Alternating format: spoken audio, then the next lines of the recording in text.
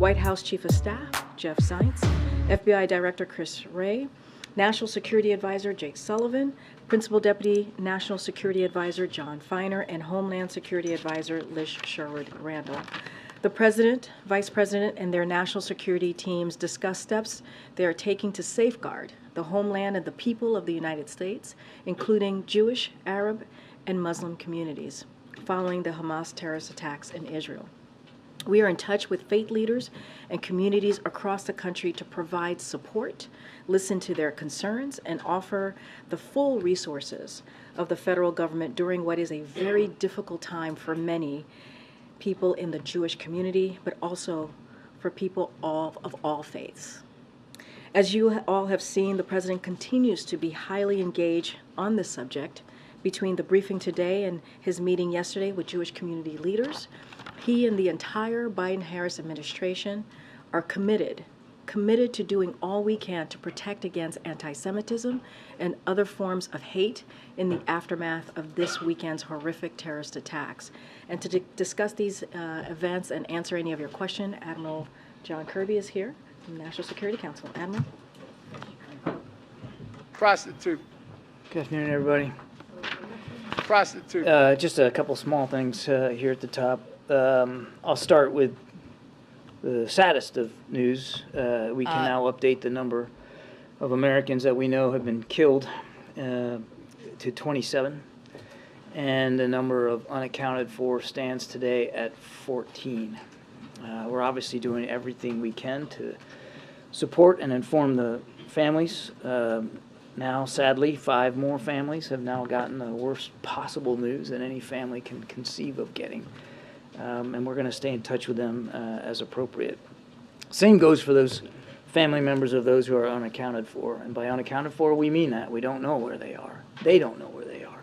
So we're going to obviously stay in touch with them as well. And certainly we're continuing to work with Israeli officials to make sure that we're getting as much context and information as possible that we will share with them.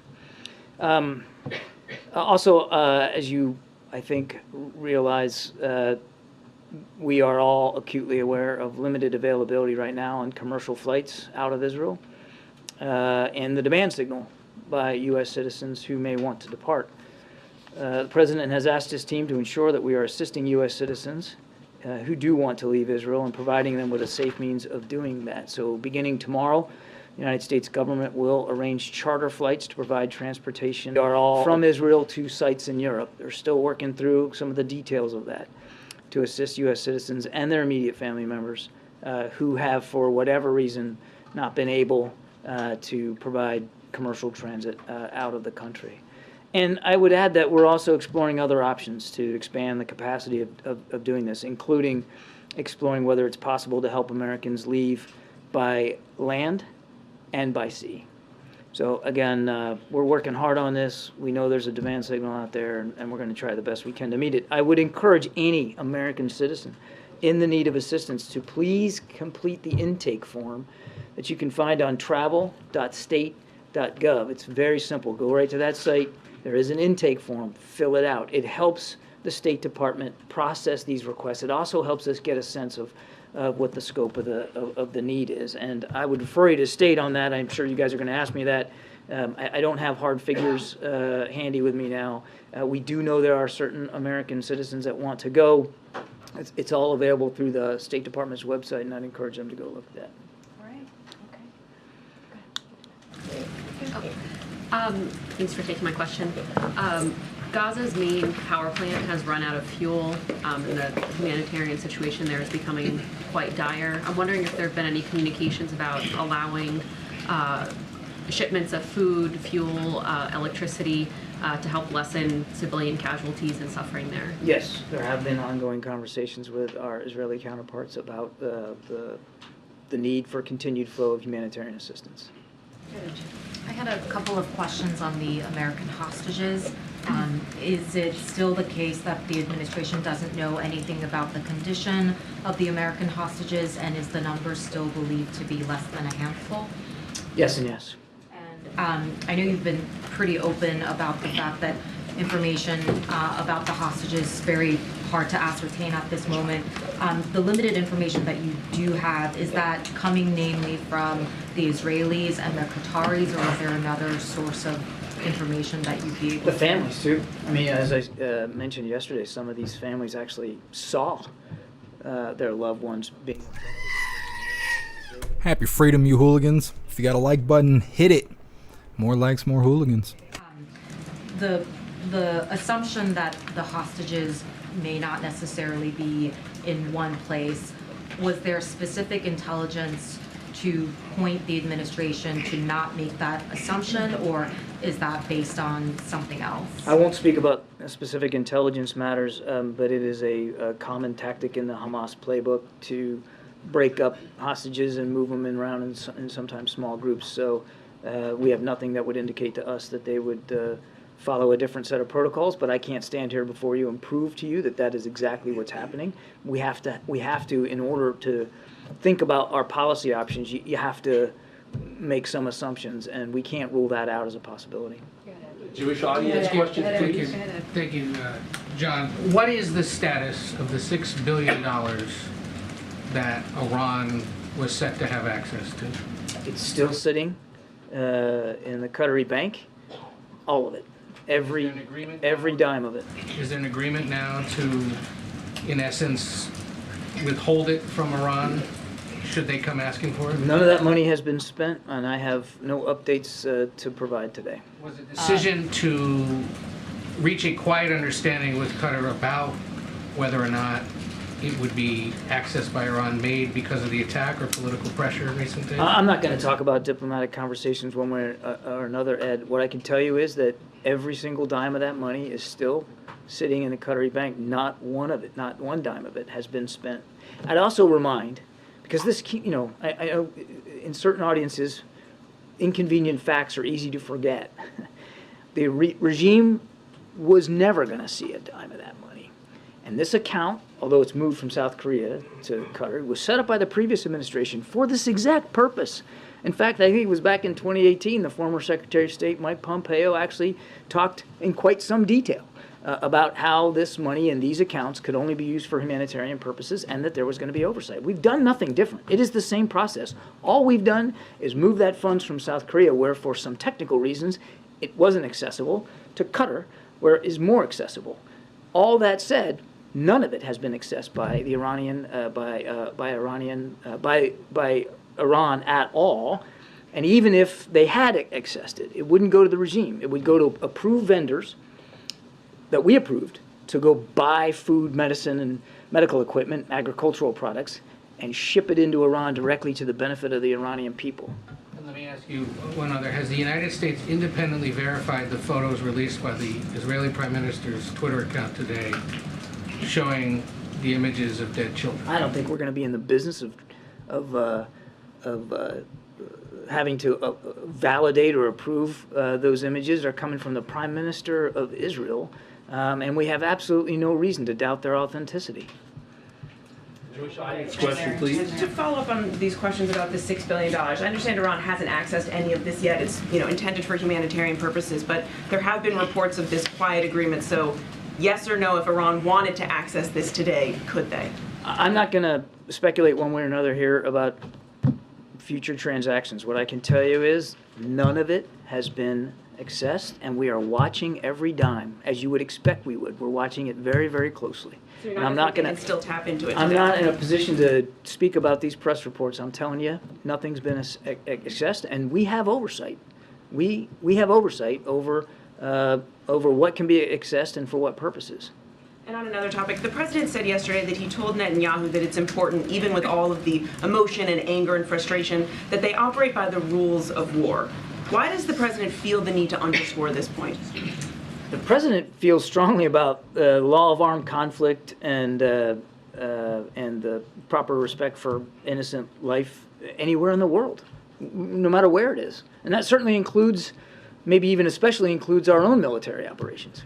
But is the president worried that Israel may have already violated the rules of war, or that they might going forward? It's just part of the conversations that we've been having with our Israeli counterparts about the prosecution of these military operations. For some reason, I can't post on Twitter. All my tweets keep failing. Ask Hamas to come in and do this, and I think it's always on the president's mind, the protection of civilian life. And just one last quick thing. I'm wondering what you made of the former president last night, calling the Israeli defense minister a jerk, saying that Hezbollah was really very smart. I'm not going to comment about comments on the campaign trail. That's well beyond the pale for me.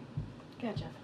Thank you. Kirby, can you give us an update on the intelligence about Iran's role in this? Anything changing in terms of what you're seeing, what the U.S. assesses to be Iran's role? No, I don't have any updates for you. We're still looking into this, but again, no direct evidence that Iran was a participant in these attacks in any way. But again, we're still monitoring it. We're still looking at it. And if I can go back, Mary, I'm not going to comment.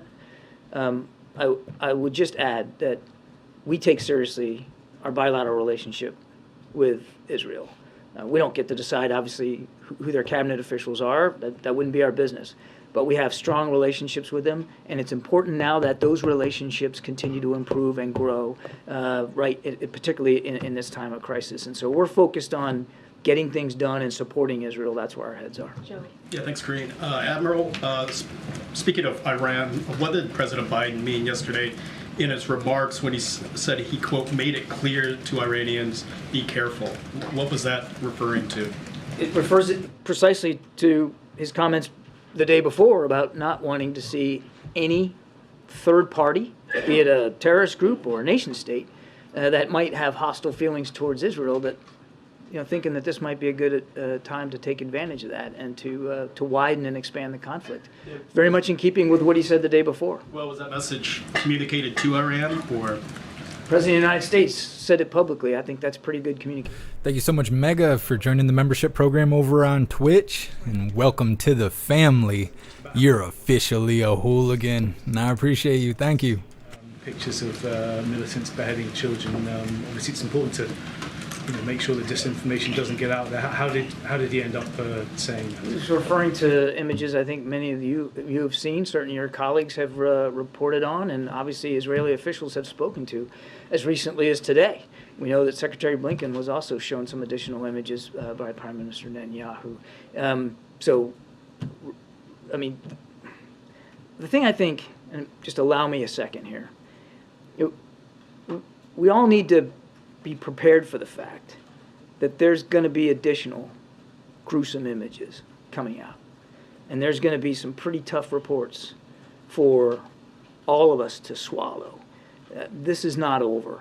And all that is, certainly the president's comments yesterday, to underscore the utter depravity and the barbaric nature with which these terrorists murdered and butchered innocent Israeli civilians.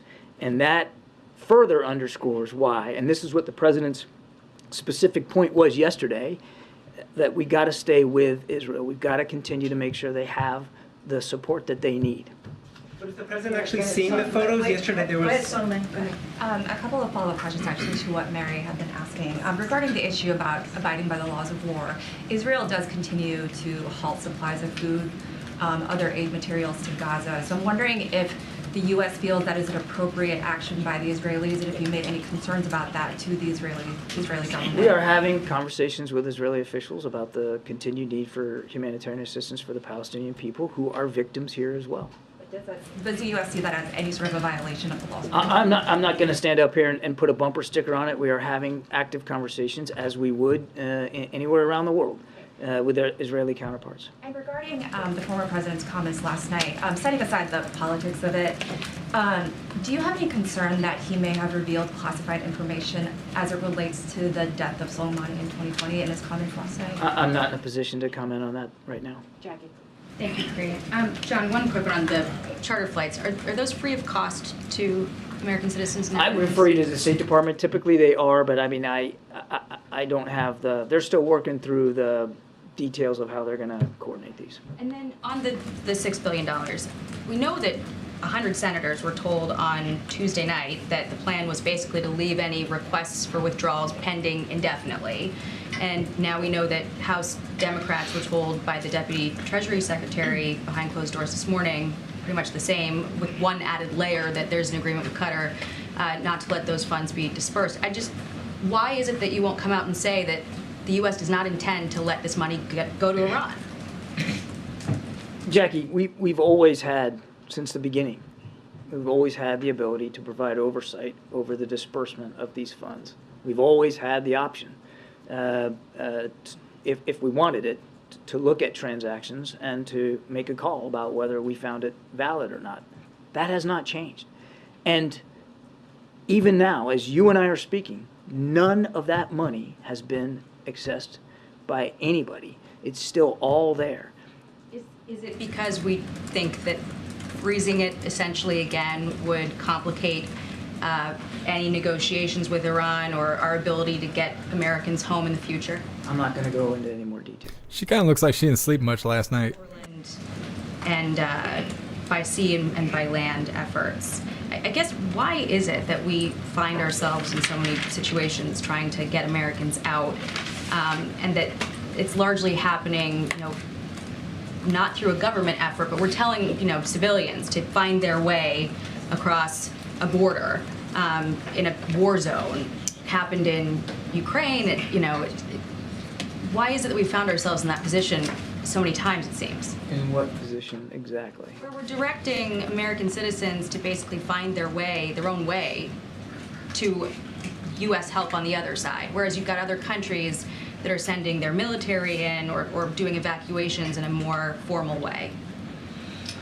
Well, first of all, Americans and dual passport holders live all over the world, and sometimes they choose to live in places where bad things happen. We're not in a position of lecturing to Americans where they can go live, work, or travel, recreate.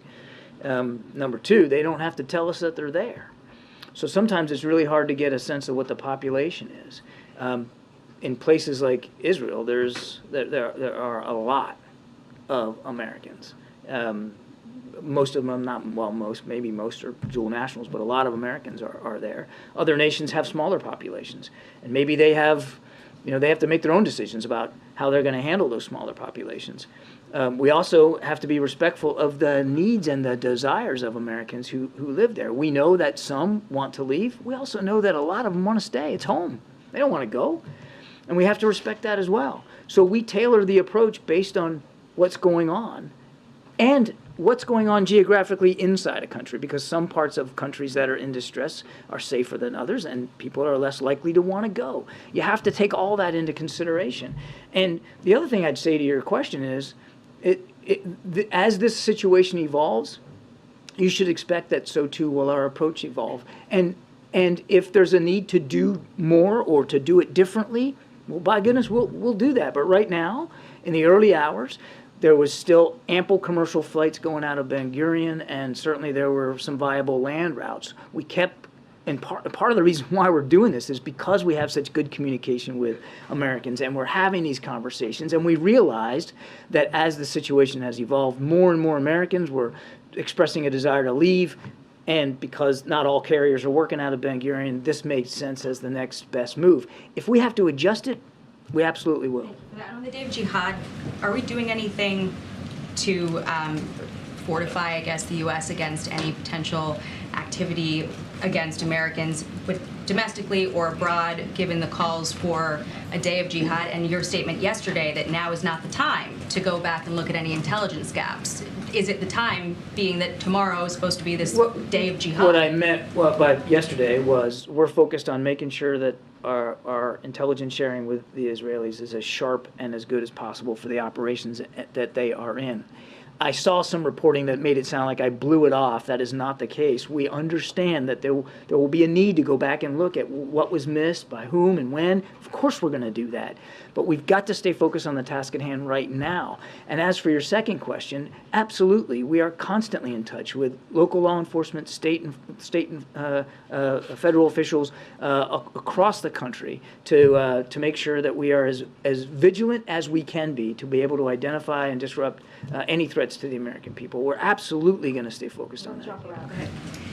John, is the concern about publicly addressing the $6 million as now being frozen a concern that it would suggest culpability on the part of Iran on these specific events? And is that too volatile a statement for the U.S. government to make publicly, since clearly it's being communicated privately to lawmakers and others? Again, I don't have anything more to add on this, Kelly. All I can tell you is we haven't seen any specific evidence that Iran was involved specifically with these attacks. But as we've said, broadly, yes, they're certainly complicit. We're not walking away from the fact that Iran has supported Hamas and other terrorist networks. So this is not about being unwilling to speak to culpability. We've already spoken to the culpability and complicity of Iran with respect to support to terrorist groups. I'm just not able to go into more detail than that. I would tell you that, again, I'm reminded, I know I sound like a broken record, but not a dime has been accessed, and we are watching it very, very closely. When the president spoke about the hostage situation in yesterday's event with Jewish community leaders and the fate of Americans broadly, and that he didn't want to say too much publicly for obvious reasons, could you just speak to what his view is about an American military role in another country when Americans' lives are at stake? How would he view the calculus there? Is it deferring to the Israeli, the IDF? Is it working in partnership? How would he describe, as Commander-in-Chief, what his priorities are with that kind of potential? As Commander-in-Chief, his first priority is always the safety and security of of Americans that are overseas, as well as our own national security interests. And we have national security interests throughout the region. Moving the carrier strike group to the Eastern Med is part and parcel of that concern he has of our broader national security interests here. Now, the Israelis have made it very clear that they don't want foreign troops on their soil, that they want to prosecute these operations on their own, and they have every right to want to do that. Now, we have some experts that were already in country providing advice and counsel on like hostage recovery. We obviously have a terrific information and intelligence sharing relationship with Israel. We're working to improve that. And certainly we have a strong defense relationship when it comes to providing weapons and munitions, and we're doing that. And so no, there are no intentions, no plans to put American troops on the ground in combat. He hasn't been given any updated And there is no interest by the Israelis. or options to that effect since Saturday? There are no plans or intentions to do that, so there are no active planning efforts underway to do that. And the Israelis have made it clear that they would not welcome that in any event. What we're going to do is make sure that, and this is a very capable, small, but very capable military, and we're going to do everything we can to improve those capabilities. Thanks a lot. Thanks a lot, Kareem. Go ahead. You guys fight it out. Kirby, is the U.S. That's what I want to see. Throw some hands. humanitarian parole program like the one for Ukraine, We'll get some questions out of Simon. Israel, or people on the ground? I'm not aware of any such plans. And I have another question. Is the U.S. willing to withhold the military aid to Israel until they create a humanitarian corridor? We are providing them military aid as we speak. So no, there's no plans of holding back military assistance. We wouldn't do that. The president has been talking now for 3 days about how we're going to keep giving them the capabilities that they need. That doesn't mean we aren't going to have conversations with them, as I've answered now 3 or 4 times, about humanitarian assistance and the importance of that getting into the people of Gaza. Do you see the creation of this corridor as an advantage for Israel? As a what? As a strategic advantage for Israel creating the corridor? It's the right thing to do for humanitarian assistance. It's the right thing to do for innocent victims who are actually being held hostage, literally as well, by Hamas. Okay, Brian. Thanks, John. The oil sales coming out of Iran have increased over the last year. Is the U.S. looking at what it can do with the existing oil sanctions to decrease the amount of barrels coming out of Iran? Without getting into specifics, I can tell you that we are constantly reviewing our regime sanctions against Iran, and we will continue to do that. Should we expect some announcement or That's as far as I'm going to go today. of those sanctions? That's as far as I'm going to go today. Yeah, Jay. Thank you, Colleen, and thank you, John. I'm here. Okay, I know, I see you. I have 2 questions for you. And first question regarding arms trade between Hamas and North Korea. Hamas used the North Korean rockets to attack Israel. Can you tell us about the current situation where North Korea is providing weapons to Hamas? And second question, how will the Middle East crisis affect United States security strategy on the Korean Peninsula? I can't confirm the reports about the rockets. I'm happy to take that question and see if we have more information on it. I just don't have that today. And as for how what's going on in the Middle East is going to affect our view of the security environment on the peninsula, or quite frankly anywhere else in the world, we're a big enough, strong enough nation. And we've got global responsibilities to look after our national security interests anywhere and everywhere. We're still also supporting Ukraine in their fight against Russia. We're still doing an amazing amount of work in the Indo-Pacific to shore up our alliances and our partnerships and to try to increase stability, security, and prosperity throughout the region. So we're not worried about our ability to do all those things. Good, Tam. Yeah, thank you. On the $6 billion, I'm trying to figure out if you're saying that policy hasn't actually changed in any way, or just that you aren't willing to talk about changes that may have happened in the last Bingo. 24 hours. It's the last Okay. one. All right. And lovely. Thank you for clarifying. The other question is, on Morning Edition today, we had someone on who is an American citizen living in Gaza. Is the United States doing anything to help American citizens who are trapped in Gaza who may want to get back to the U.S.? And you mean these are the hostages, Palestinians. but yes, like dual passport holders. Yeah, the first and most important thing that we're trying to do is as I mentioned yesterday, allow for safe passage. Right now, they can't leave, so we would have no physical means of permitting that transit out, and so that's why we're so actively having conversations with the Israelis and the Egyptians about a safe passage corridor so that people who want to leave can leave.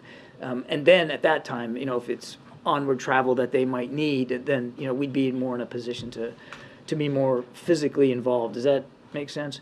Okay. Yeah, I was going to address your first question, but I think I'm just going to leave it. Well, you could. No, I'm going to leave it. Good job. Thanks. Just to go back to the president's comments yesterday about the pictures, he said he never thought he would see and have confirmed pictures of terrorists beheading children. At that point in time, had he seen such photos? What had he seen that made him say that? I don't have anything to add to what he said. I mean, again, you guys have all reported on these atrocities. Some of your outlets have even run some of these images. They're plain for everybody to see, and Prime Minister's office has spoken to that. Even before today, they'd spoken to these kinds of atrocities. And again, today, the Prime Minister showed Secretary Blinken some additional grotesque imagery. Sorry, one more. On the aid package, is there anything you can tell us about what the request would be? The AIDS package? I had the same question as Catherine. But can you just specify whether or not Taiwan funding and possibly... I gotta get some coffee. I'll be right back. Peter. Admiral, the Hamas representative gave an interview to Russian television, which they said they'd be willing to trade hostages for Hamas prisoners in any prisons, including in the United States. And they specifically said the United States has traded prisoners before, citing the Iran deal that was just made. Is that something the United States would consider doing in the case of the American citizens? I haven't seen that particular report, so I'm going to be loath to comment specifically on it. What I will tell you, just broadly speaking, is we obviously take seriously our responsibilities to get Americans held overseas back with their families. We have in the past entered into negotiations to do exactly that, and we have not foreclosed any option right now in terms of these particular hostages. Obviously, if their return to their families can be arrived at in a peaceful way, without additional risk to their lives, that is certainly something we would take very, very seriously. Possible release of people that we might be having in our prisons? Again, I won't get ahead of where we are. Peter, even if I had more knowledge about this offer than I do today, my answer to you would be the same. It's never a good idea to negotiate for the transfer of hostages or detainees in public, lest you torpedo the actual success you're trying to achieve. But I don't have a lot more granularity or context on this. All I can tell you is, as Jake said himself better than I can, we'll do everything that we can, everything possible that we can, to get these Americans back home. I would remind Peter, we still don't have a lot of information about exactly how many. where they are, not even all who they are. So there's an awful lot of information we need to gain before we come up with any concrete policy options. How does the Israeli strike on the Syrian airports change the situation? And then, can you also address reports that the Egyptians warned the Israelis in the days prior to the attack? I've been asked that question about the Egyptian warning. I don't have anything on that. You'd have to talk to Egyptian authorities. I don't have anything, and I certainly wouldn't talk about intelligence matters. And on your first question, that's a better question put for the Israeli Defense Forces, not for the United States. We're focused on helping them go after Hamas. Good, in the back there. Question about Lebanon. So Hezbollah is Better lower that tone, Captain Hot Dog Fingers. at the border, Lebanese-Israeli border. Are you still concerned that Hezbollah could be taking part in this war? Sure. Yeah, absolutely. Do you have any intelligent information about the capability of Hezbollah that they've been preparing, and we know that the capability is way stronger than Hamas? They are a potent terrorist group, no question about it. We watch them closely. The Israelis watch them closely. We don't want to see this conflict widened. We don't want to see Hezbollah make that kind of a decision. And I would remind, again, that we take our national security interests very seriously in the region. And the reason why we moved a carrier strike group to the Eastern Med was to act as a deterrent for any other actor, including Hezbollah, that might think that widening this conflict is a good idea. American forces might, last question, American forces might join the war if Hezbollah made a difference. Are you implementing a policy decision there? No, I'm just asking. You have two big ships, one coming on their way. So I'm just wondering if Hezbollah changed the game and did they make a big impact in the war and made Israel look another surprise maybe. I appreciate the effort to try to get me to confirm a hypothetical. I'm not going to do that. I'm not going to do that. There is no intention or plan to put American troops on the ground in Israel. There's no desire by the Israelis for that outcome. So I'm just not going to get ahead of where things are. Yeah, Thanks. Thanks, John.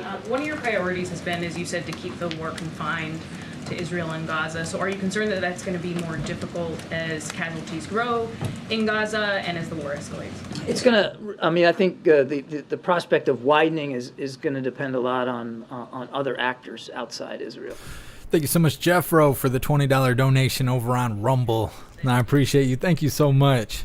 Happy Freedom, Jeff Mack and the Hooligan Packs. Take a few doll hairs on me to help more for the car funds. And I appreciate you. Thank you. Speak about that for Israeli operational security reasons, and I'm not even going to get into detailing the kinds of munitions that are being provided to them. The Israelis have a right to have that information protected for their own ability to conduct operations. Go ahead, Nadia. Thank you. John, I'm here. No. I want to press you on a previous question. Good. This Good. administration... I like that. Good. This administration fought very hard against misinformation. You hold the truth as a gospel. So facts matter, I guess. When you have misinformation, it leads to incitement and what to come. So again, whether it's the stories of beheaded babies or the rape, I just want to make sure that you are 100% sure of these stories because they prepare us to what to come. And I have in mind the Iraq War, where notable outlets, including many of our colleagues here, had disseminated misinformation and governments lie actually about the war. There's no comparison here, but I'm saying... There's no comparison whatsoever. Yeah, I don't take somebody else's information as if you don't verify it yourself. So you're saying there is no need to verify it yourself because you trust the sources. And I'm asking, my question to you is how do you separate between facts and misinformation? I taught a whole class at Georgetown on that. We could talk about this for hours. Look, obviously we take seriously. What's that? You're gonna have to register. You're gonna have to register for the class. I'll take the full course with you, Jim. I don't know if you could handle the reading list, James. Look, we take it very, very seriously. The need to be as factual and certainly truthful as we can possibly be. If you're suggesting somehow that we're taking that lightly, I again refer you to many of the reporting many of your colleagues have done about the atrocities that have already taken place, in just the last few days, and comments made by Israeli officials themselves. It's obvious, sadly, but it's obvious what Hamas has proven willing to do to innocent Israeli citizens. we're not gonna shy away from talking about the grotesque nature here of what these terrorists have done. But I also think it's important that we all, and I don't mean this in a chastising way, but we all have to keep the larger picture in mind here of what's going on and how important it is for Israel to be able to eliminate this very real, very tangible, very demonstrable threat to the lives of their own citizens. One more question, just quickly. If you manage or succeed to open the border crossing with Egypt to Rafah, can you guarantee that Palestinians from Gaza who are exiting will go back? Because there is a fear. Will go back. Yes, to go back to Gaza after the war ends. Because there's a fear that when people leave, as history told us, since you're referring to Georgetown, they don't come back. So they don't come back. There's people worried about an ethnic cleansing, that when people leave, they don't come back. I know, I understand that. Our focus right now is making sure that, and not all of them are going to want to leave, but those who do, who really want to get out, that they have the ability to get out. That's the real. She wants real answers, and he cannot provide. Thank you so much, JT3, for the $10 donation over on Rumble. I really appreciate you. Thank you so much, JT3. Happy freedom and a little gas for the ride, Jeff. I appreciate you. Thank you. For these people. And they, if they want to go back home, they should absolutely be allowed to go back home. But they should be able to make those decisions, just like citizens anywhere should be able to make those kinds of decisions. Naomi. Thank you. Today, Senator Bob Menendez was accused of being a foreign agent. Is the White House considering or will consider putting a national security assessment on the situation? I have nothing to update or comment on that. Yeah. Thanks, Marie. Hi, John. Is the White House concerned or have any response to the court order in Kenya that temporarily blocked deployment of security officers on the multinational mission to Haiti? And if this legal challenge is successful, is that concerning? Does that change the U.S.'s pledge in this mission? I'm gonna have to take that question, sir. I wasn't tracking that. I don't want to speculate. Thanks, Karen. Thanks, Karen. Thank you, John. So a follow-up question on social media and misinformation. Social media platform X says it has removed hundreds of Hamas-affiliated accounts and has taken down thousands of posts since Hamas' attack on Israel. Does the administration think that enough is being done about potential misinformation surrounding this war, and how concerned is the administration about this? We've seen the reports that X has taken down quite a bit of misinformation. I mean, we certainly support those decisions. That kind of information has no business being out there. Certainly, when you know it's absolutely know it's false. So we're grateful and support that. That was obviously a corporate decision that they made, and again, we think it was done in the right vein. Thank you so much, Snooks, for the $25 donation over on Rumble. I appreciate you. Thank you so much, Snooks. Respect and love for you, Jeff, and all the hooligans. You're awesome. Thank you. No intention, no plan, and frankly, no desire by the Israelis for U.S. combat troops to be involved in this conflict. James, last question. Okay, thank you very much, Karine, and thank you, Admiral. 2 questions on the Mideast crisis. 27 Americans killed is a very large number. That is larger than the number of Americans who were killed by terrorists during our withdrawal from Afghanistan, larger than the number of Americans killed at the USS Cole, larger than the number of Americans killed at Benghazi or beheaded by ISIS. And I believe it's accurate to say that after all of those events, direct U.S. military action was ordered by the Commander-in-Chief. 27 Americans killed. Why is it the posture of the Biden administration to just let Israel handle this job, in essence, instead of U.S. forces going in and getting the guys that killed our people? James, we will do, as Jake said, everything we can to get those American hostages home with their families. We recognize that they are not the only people being held hostage. Other nationalities are included in that group. We don't have enough information right now to make a policy decision about how to do it. So I can appreciate the sense of urgency in your question. Believe me, we share it. But we aren't going to act one way or another until we have enough information to act upon. And then on the hostages issue, you have suggested that it's a very small number of hostages, American hostages, being held in Gaza, less than a handful. Treat yourself. and I assume that that assessment is still operative. Has there been any discussion amongst President Biden and his aides about how to avoid the fate of Jimmy Carter in this situation, where Look at Simon. He can't stand these people. and his administration become, in effect, hostages themselves to a foreign terrorist organization? With all the respect that President Biden has for President Carter, I can assure you that he is not focusing on history here, even domestic history. He's focusing on what's going on now and making sure that we are doing everything we can to support Israel and look after our national security interests in this moment, because this is not 1979, it's 2023. And Hamas is an organization that has existed for many years with the support of Iran. We've got enough challenges just dealing with this that we're focused on that and that alone. Thanks, everybody. Thanks, everybody. Thank you. Thank you. Appreciate it. Appreciate it. Run, run, run. Thanks, everybody. Thanks, Admiral. All right. Go ahead, Sonia. What else do you have? Is the president okay with having a lawmaker who's accused of conspiring to act as an agent of a foreign government remain as a member of Congress? The Admiral was just asked this question. I just don't have anything to say beyond what he shared. This has been referring to Bob Menendez's proceeding. No, I know, and he was literally just asked this question. I'm just not going to say any more to what he just added. Yeah.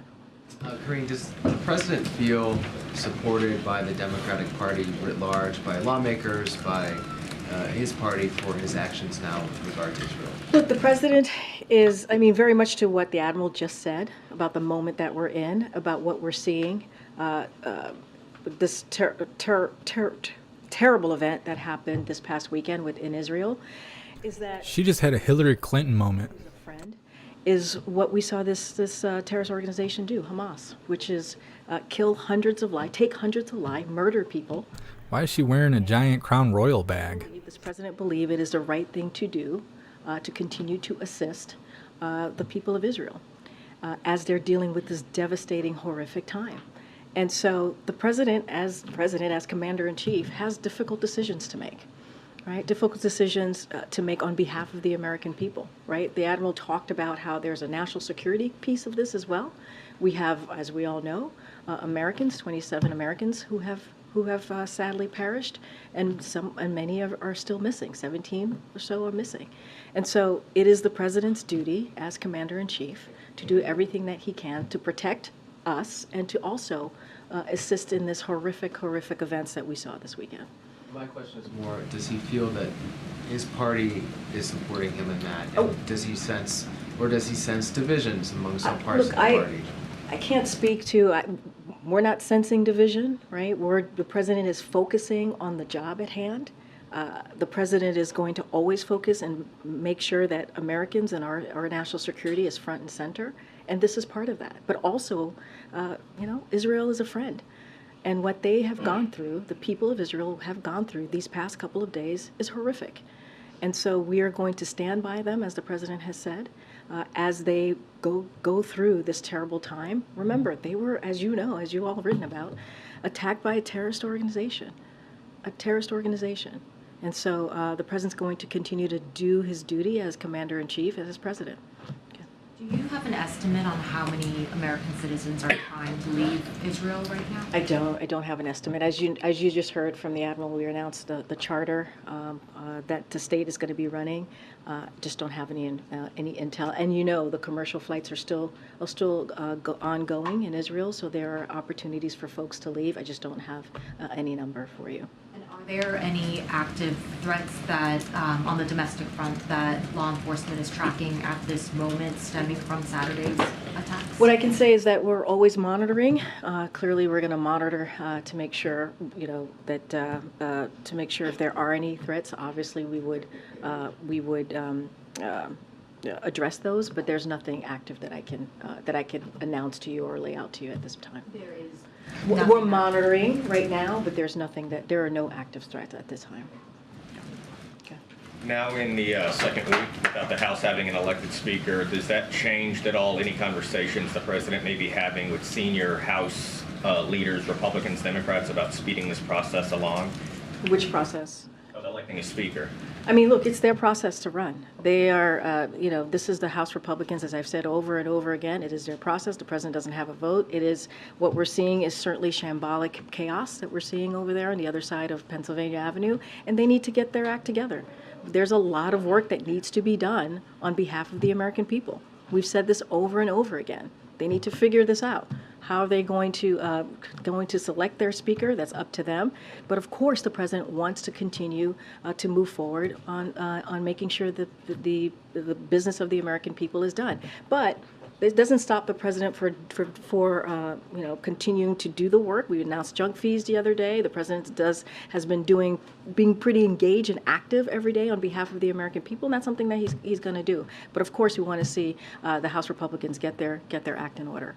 Understanding the sort of uncharted territory that this is, there is It not is a charted role. territory. Yeah. It So is. no, I understand that. So I'm asking, there's not a role then that the administration sees that the president could play here to try. It is not for us to fix. It's not for us to fix the chaos in the House Republicans. It's not for us to fix. They have the majority, as you know, in the House. It is for them to fix. We've never seen a conference behave this way or be this chaotic. It is important for Republicans who have the majority She needs some chicken bacon in her life. She's having trouble speaking today. and get there and get they created the situation and they have to figure it out and elect their speaker so we can move on. Corinne, will you take our Jewish audience? So I want to talk about CPI inflation. The CPI inflation report came out today. It was hotter than expected, 3.7% year over year, unchanged from the prior month. You talk about all the spending last year to lower costs. The last couple of months, how is that lowering costs? So, look, what we believe is that Bidenomics is an action, right? You're talking about lowering costs, right? And that's something that the president is certainly continuing to do. Inflation is falling while employment remains strong. As you speak to CPI, inflation has fallen 60%. Since last summer, and the core inflation, as you're speaking to this data, fell to its lowest level in 2 years, and so that matters. Let's not forget about wages are higher than they were last year, accounting for inflation. Prices fell for core goods like cars and furniture for the fourth month in a row. All of those pieces are in the data, the CPI that came out today, and that matters. But people still hear Bidenomics and they see rent is up 7.4% year over year. Car repairs, car insurance is up almost 19%. So costs are not coming down for all Americans. So here's the thing. As we know that when it comes to housing, people are still dealing with a lot, right? We understand how that economic hardship as it relates to housing specifically. That's why the president put forth a plan to deal with, on the federal level, how to help people lower costs with housing. So that is important as well. But when you think about wages, wages are indeed up, which matters over the last year, accounting for inflation, even more for blue-collar workers and those not in management. So that matters, as I mentioned moments ago. So look, the president's going to continue to grow the economy. We talk about Bidenomics. We see the economy growing. We see unemployment at under 4%. We see jobs created under this administration as more than 13 million jobs, more than 14 million jobs at this point. And that's... It sounds so worn out. She says that every single day, as if that matters. Go ahead, keep saying all that stats nonsense at us. That'll help us buy groceries and get places to live. That'll work. Just keep repeating nonsense at us. That helps. For the American people, and that's what the president's going to focus on. Let's not forget yesterday. Is it still appropriate for the president to go to Philadelphia tomorrow, given all the Americans trying to get out of Israel and the imminent ground war there? Well, look, the president has to do multiple things at once. The president's going to go to Philly. He's going to continue to talk about Bidenomics. He's going to continue to talk about what he's doing to bring back manufacturing, to create good-paying jobs. That's what you're going to hear from Americans. That's something that Americans also want to hear from. The president has been engaged in the situation that we're currently seeing, the horrific situation that we're seeing in Israel. That's what he's going to continue to do. He was engaged today. He's been engaged for the last every day since the attacks, and we're going to do everything that we can. We just announced, right? State just announced the charter flights, right? So that's something that is going to help get Americans out of Israel. And also commercial flights are still ongoing. I want to make that very clear. But the president is going to make Americans a priority. He has to do multiple things at once. That's what you're going to see the president do. Go ahead. just want to go back to the Chairman Menendez thing. Yeah. Because in another realm, this would be a bigger effing deal. A successor to the president as chairman of the Senate Foreign Relations Committee is being Well, accused. he's no longer chairman. No, but the president was once chairman. Of the Oh, I Senate see what you're Foreign saying. Relations. I see. Yes. You're making that connection. Yes, Got the it. Got successor it. to Successor. the No, then I got it. senator, I got it. I got it. Has been accused of being a foreign agent for Egypt, which, not for nothing, is involved in this situation right now, for that matter. Has the president been brought up to speed on this? If he has no comment today, can we see comment on whether he has any concerns that someone with that kind of a position may have been accused of this, and whether he should be running for re-election? So we have always said it is a serious matter, right? We've always said that, and we'll continue to treat that as a serious matter. I just don't have anything else to share beyond any statements from the president.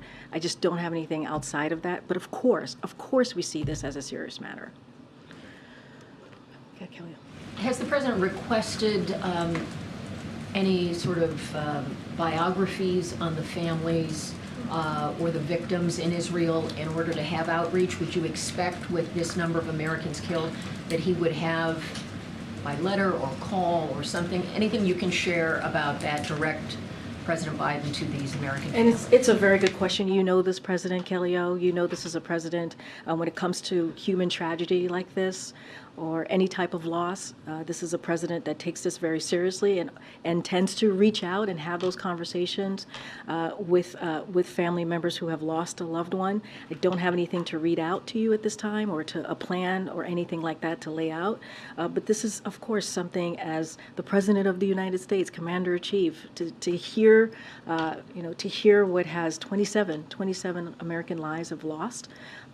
This is something that affects him deeply. If and when we do outreach and have any conversation with the families who have lost their loved ones, we certainly would share that. But of course, this is a president who wants to hear and wants to know about folks who lost their lives, and also wants to hear directly from the families. I just don't have anything to share at this time. Go ahead, Kath. Oh, go ahead. I see that he attends Catholic Mass every week. Has he expressed any desire to go to a synagogue or a mosque for that matter, or to have any kind of a faith experience in light of this? Don't have anything to share as the president visiting a synagogue or a mosque. Obviously, at the top of the briefing, I mentioned how we are there for all faiths who are, potentially going through some really difficult times in this moment. And certainly, when it comes to what the question I was asked about Homeland, we're certainly going to monitor and keep track. But She just says and scans the page, and then she's like, Homeland? I caught that word off the page, Homeland. Hopefully I'm still making sense, but I'm not. For the president, for Make people to America feel protected, great to feel again. safe. And that's what his Homeland Security is doing, his advisors here. That's why he met with them today to get an update. And certainly we're going to stay on top of that. Catherine. Karine, UAW has expanded their strike. Obviously, we're 4 weeks into this now. How concerned is the White House about getting a resolution and potential economic impacts? So look, we're going to monitor this very, very closely, this situation, certainly the economic impacts. But look, the president says this all the time. You hear me say this all the time. We respect unions, their right to use their option for collective bargaining. We believe that works when both sides come together and negotiate and come together. In this instance, there are multiple sides and come together in good faith to get a win-win agreement. And that's what we want to continue to see. We're not going to talk about specific tactics or the specifics in negotiations, but certainly we're going to continue to monitor. You can tell us, White House officials obviously have been in Detroit and have... Yeah, I don't have any travel from White House officials. As you know, Acting Labor Secretary Julie Su has been engaged, and so has the senior advisor here, Gene Sperling, have been the two people who have had direct communication, and certainly not part of the negotiation, but offering any assistance that might be needed to the Big Three and UAW. I just don't have any specific engagement to read out or any travel at this time. Katia. Just one quick question. Has the crisis in Israel caused the president's major address on Ukraine to be delayed? And does he still plan to deliver it? I don't have any update on the president's. They better cut that out. That blue and yellow country, they're going to get jealous. President, as he said this week. We got a new favorite victim. Forth a supplemental plan on additional funding that he's going to be asking for, and don't want to get ahead of that. Certainly the best path forward. I just don't have anything to share on any remarks or extensive remarks that the president will be giving or might give on Ukraine, but certainly you guys will continue to hear from the president on all important matters, whether domestically or foreign. Okay, thank you so much. Prostitute.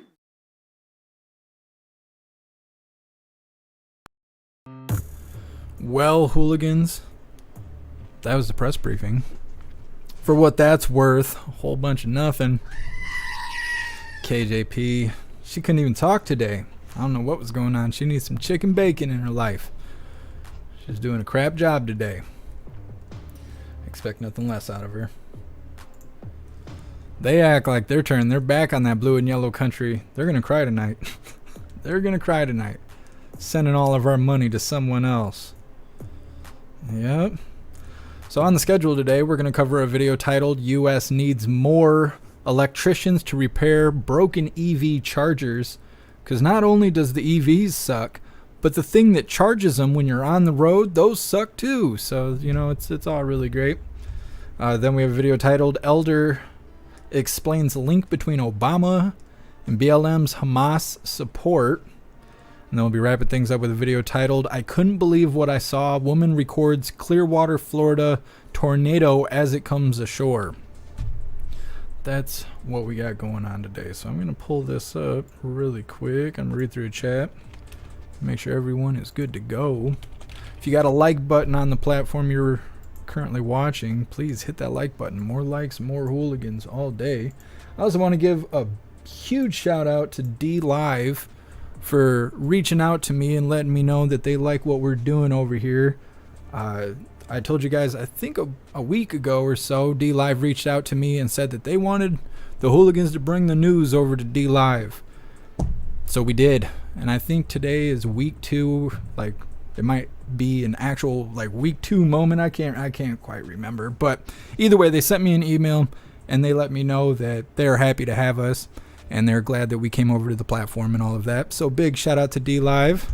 It's awesome. All right, hooligans. So once again, we got this video. Well, first, I want to remind you, get you a Free the Orange Eagle t-shirt. I know when I say that, people are like, what? Free t-shirts? No, they're trying to put the Orange Eagle in jail, and we can't let that happen. So go and get a t-shirt or a tank top or a zipper hoodie or coffee mug. We got special coffee mugs for this design. They're all blacked out. I think they're quite nice looking. They are a little bit expensive, but I can't do anything about it. I only make $2 profit off of those coffee mugs, and I only make like 50 cents off of a t-shirt. So it's not about money. It's just about styling and letting people know how you feel. So you could rock that, but if that's not your style, you can go and get the Screaming Goat. You can also get a Jeff Mack shirt or a hooligan badge or any of that stuff. Go check it out. I will drop the link in the chat. As you are watching this first clip here, let's get this started. There are some new hurdles for those with electric vehicles. It's a mix of broken charging stations and a shortage of people qualified to fix them. Our Xavier Walton joins us now from a charging station in South Florida. So what's going on? Why aren't these things working? Well, Adrian, that is a loaded question that we don't have too much time for. But this one here, as you can see, it is working. Cars are charging. But who's to say the one down the road isn't working? You might say, oh, hey, it's broken, we'll fix it. Not a problem. Finding someone to fix it, though, is proven to be an even bigger problem in the future. As more Americans shift gears to electric, auto experts say prepare for a major speed bump. In addition to the sheer number of broken chargers, there's not nearly enough high-level electricians to actually fix them. Right now, there are more than 4,000 charging stations nationwide that are out of service, according to the Department of Energy. That's roughly 6% of the total number of public charging stations across the country. The concern is that people are reporting that they aren't always able to charge, and so that means there has to be a network of repair and repairers, and that is the part that's not happening. By 2030, to keep up with demand, America needs 142,000 more certified electricians. Problem is, the Bureau of Labor Statistics expects the electrician labor pool to shrink 14%. Another obstacle, finding trained electricians to fix EV chargers. Auto experts say they're a dime a dozen. Because remember, this isn't the same thing as wiring a light switch in your home. This is a very specialized, new type of thing. While broken chargers have already become a pain in the neck for some drivers, not having enough electricians to fix them is keeping potential EV buyers at bay. Unlike the gas station where you're there every week or every couple of weeks, and if a pump is broken, there's probably another one nearby that works. And, if it's a bad experience, you're at another gas station in another week. You have a lot of kind of bites at that apple. Meantime, people leading the charge on the picket line of the UAW strike are concerned about the potential impact of electric vehicles. Right now, it's a huge part of union negotiations. One of the concerns is that battery factories that will be manufacturing batteries here in the U.S. may not be unionized. That's one concern. Another concern is that the type of work done may change dramatically so that some people are aged out of their job. And back out here charging our proverbial batteries. Adrian, one thing that Brian also brought up, at a gas pump, if it is broken, stations actually know how much money they're losing out on. Here at these charging stations, not necessarily the same thing, so there's not that same sense of urgency. Thank you for watching. Go to newsnationnow.com. I don't know. What's good about the EVs? They cost too much. They're overpriced. The batteries are terrible to make and to dispose of. And if you get in a car accident, or if you're like me and you like to go and kiss deer with the front of your car, battery's toast. So then your car is considered totaled. You can't even fix dings in the bumper. We just covered that earlier this week. Now, without paying 40,000 doll hairs is what they were saying, just to fix your little bumper, just buff it out a little bit, 40K. But no, when you're rolling down the road and you've only been away from the house 20 minutes and you already need to stop and charge your car for 3 hours, well, there's a chance the chargers aren't going to work either. It's like Bidenomics. It sounds great when you're just talking out of your ass, but when you go to put it to use, it's ineffective. That's my 2 cents on it. I don't really know what else to say. I don't know what else to say about it. How much can we cover that they suck? I mean, we're hitting it from all angles at this point. They suck, and it's going to be hard when they mandate it.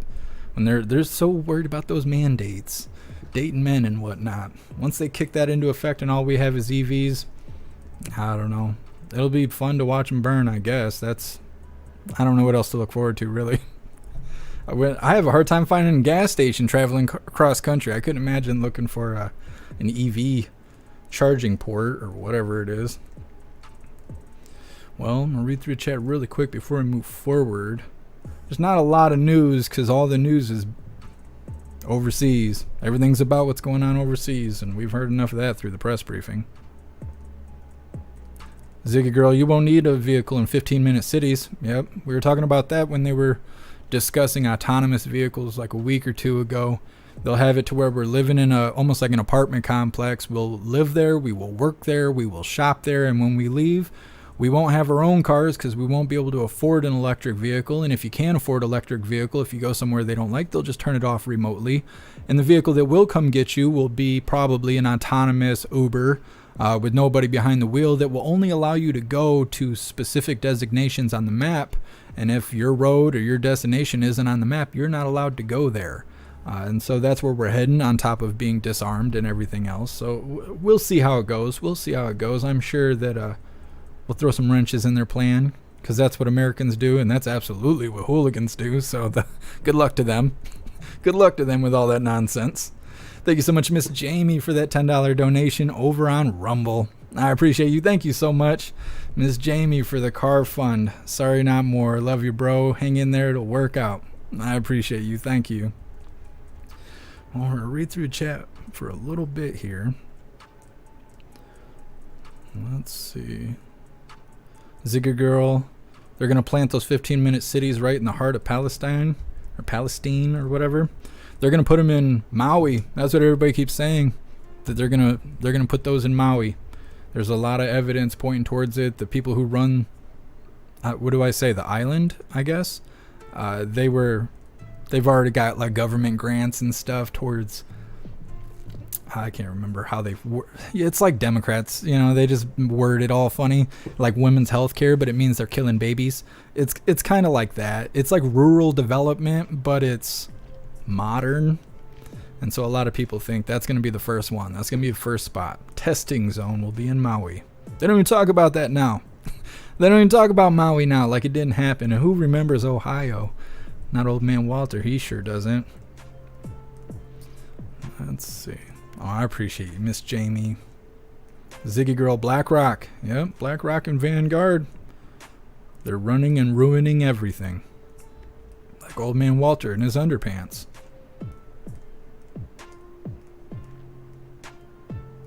Here, Juicer, remember those chargers are made of copper. So you got to defend them from meth heads. Is that what you're saying? Because they'll come and cut the copper out of it and try and scrap it at the scrapyard. That's what we need, more problems. I'm sure that's not what you were insinuating, but that's right where my mind went. Dawn environmental impact. I can't remember exactly how it was worded. It sounds good, but it doesn't, it could mean anything. It's like saying misinformation or disinformation. That could just be something you don't agree with. It doesn't necessarily mean that it's not true. It just means if you have authority over it being like visible or not, it's disinformation. Let's just scrub that away. Let's just take that away. That's how it goes, that verbiage. What's up, Grey Wolf? Testing out D-Live. D-Live is supposed to promote us at some point, and I don't know when it's going to happen. But they had me send them pictures, not the naughty kind that cost $3.99 a month, but profile pictures and stuff, and they're supposed to be doing some promotion. So I imagine that D-Live will get a little bit more active than it has been the last couple days. We've only been back a little bit though, so it'll liven up, I'm sure. We used to have a ton of people in the chat on D-Live.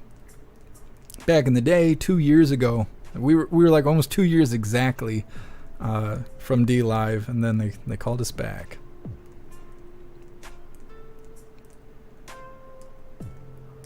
Let's see, flip through the chat. Flipping the chapstick through the chat. Cat's Eye, wow, she ran. Her and Kirby, they both ran today. They must have had their track shoes on. They were ready to go.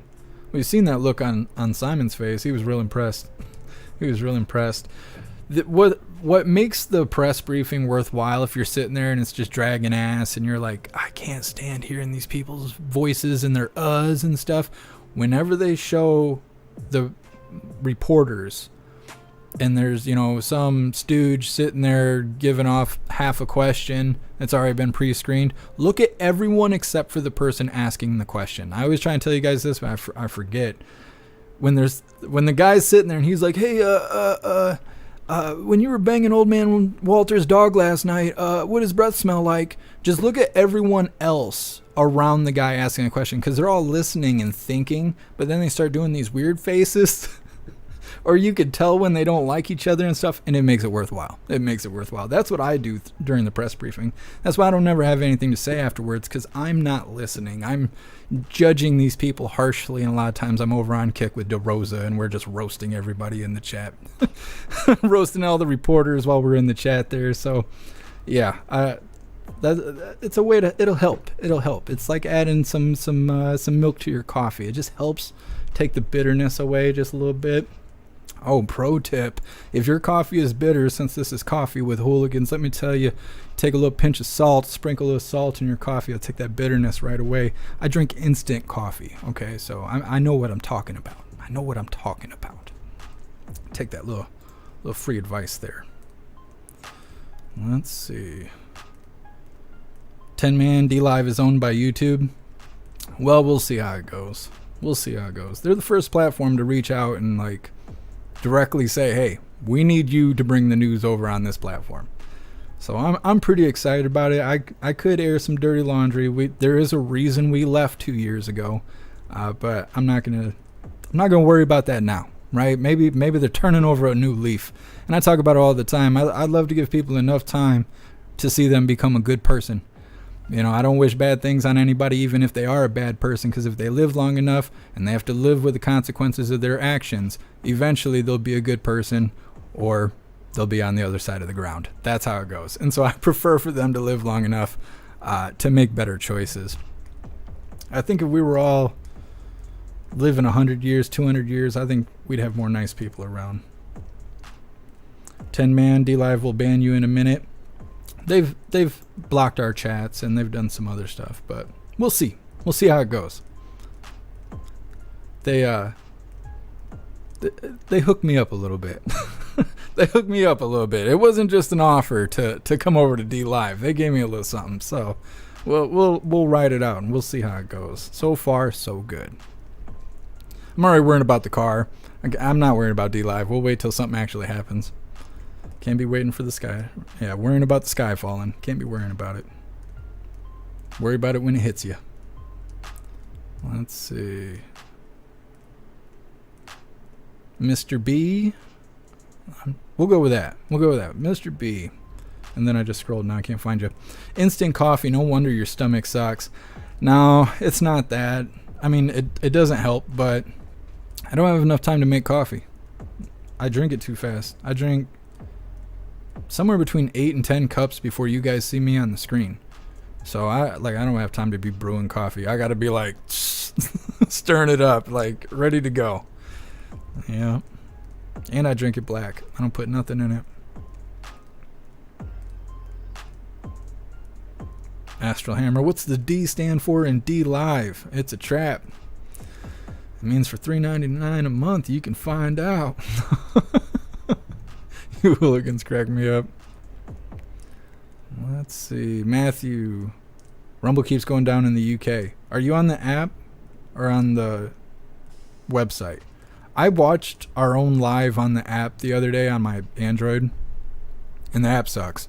I don't want to say that. It's good for notifications, but I feel like watching the live is much better if you go to the website. Now, from what I hear, the iPhone app is fine. You can join the membership program. You can make donations. The live doesn't skip or buffer every 10 seconds.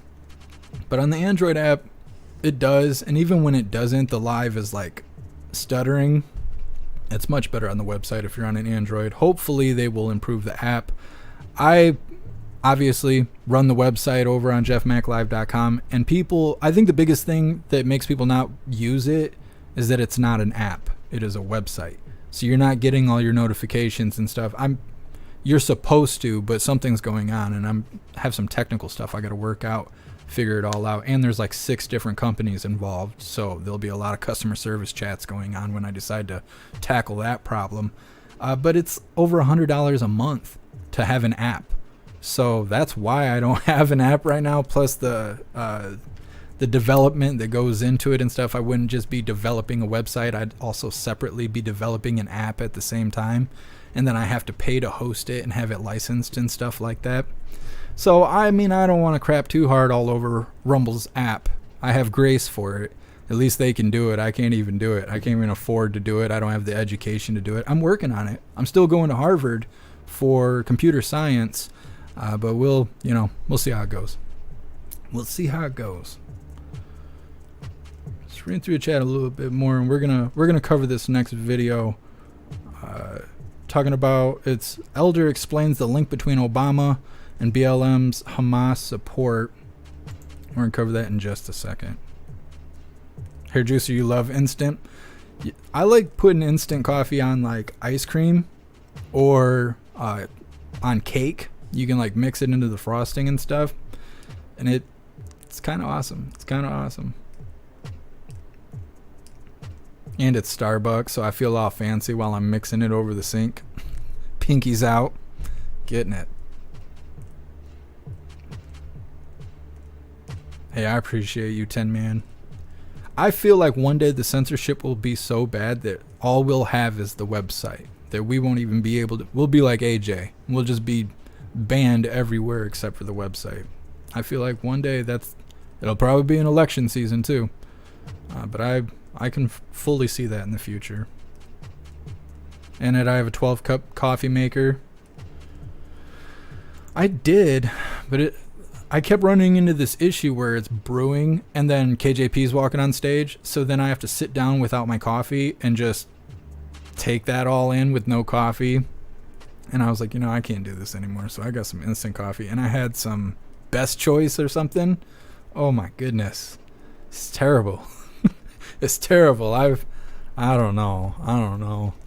It's not good. All the things I want to say coming to mind are totally inappropriate, but it's not good. Starbucks is okay. It's quite bitter though. Let's see. JT3 negotiate a new Subi. I don't know if D-Live will hook me up with a Subi. They might. Are they in Japan?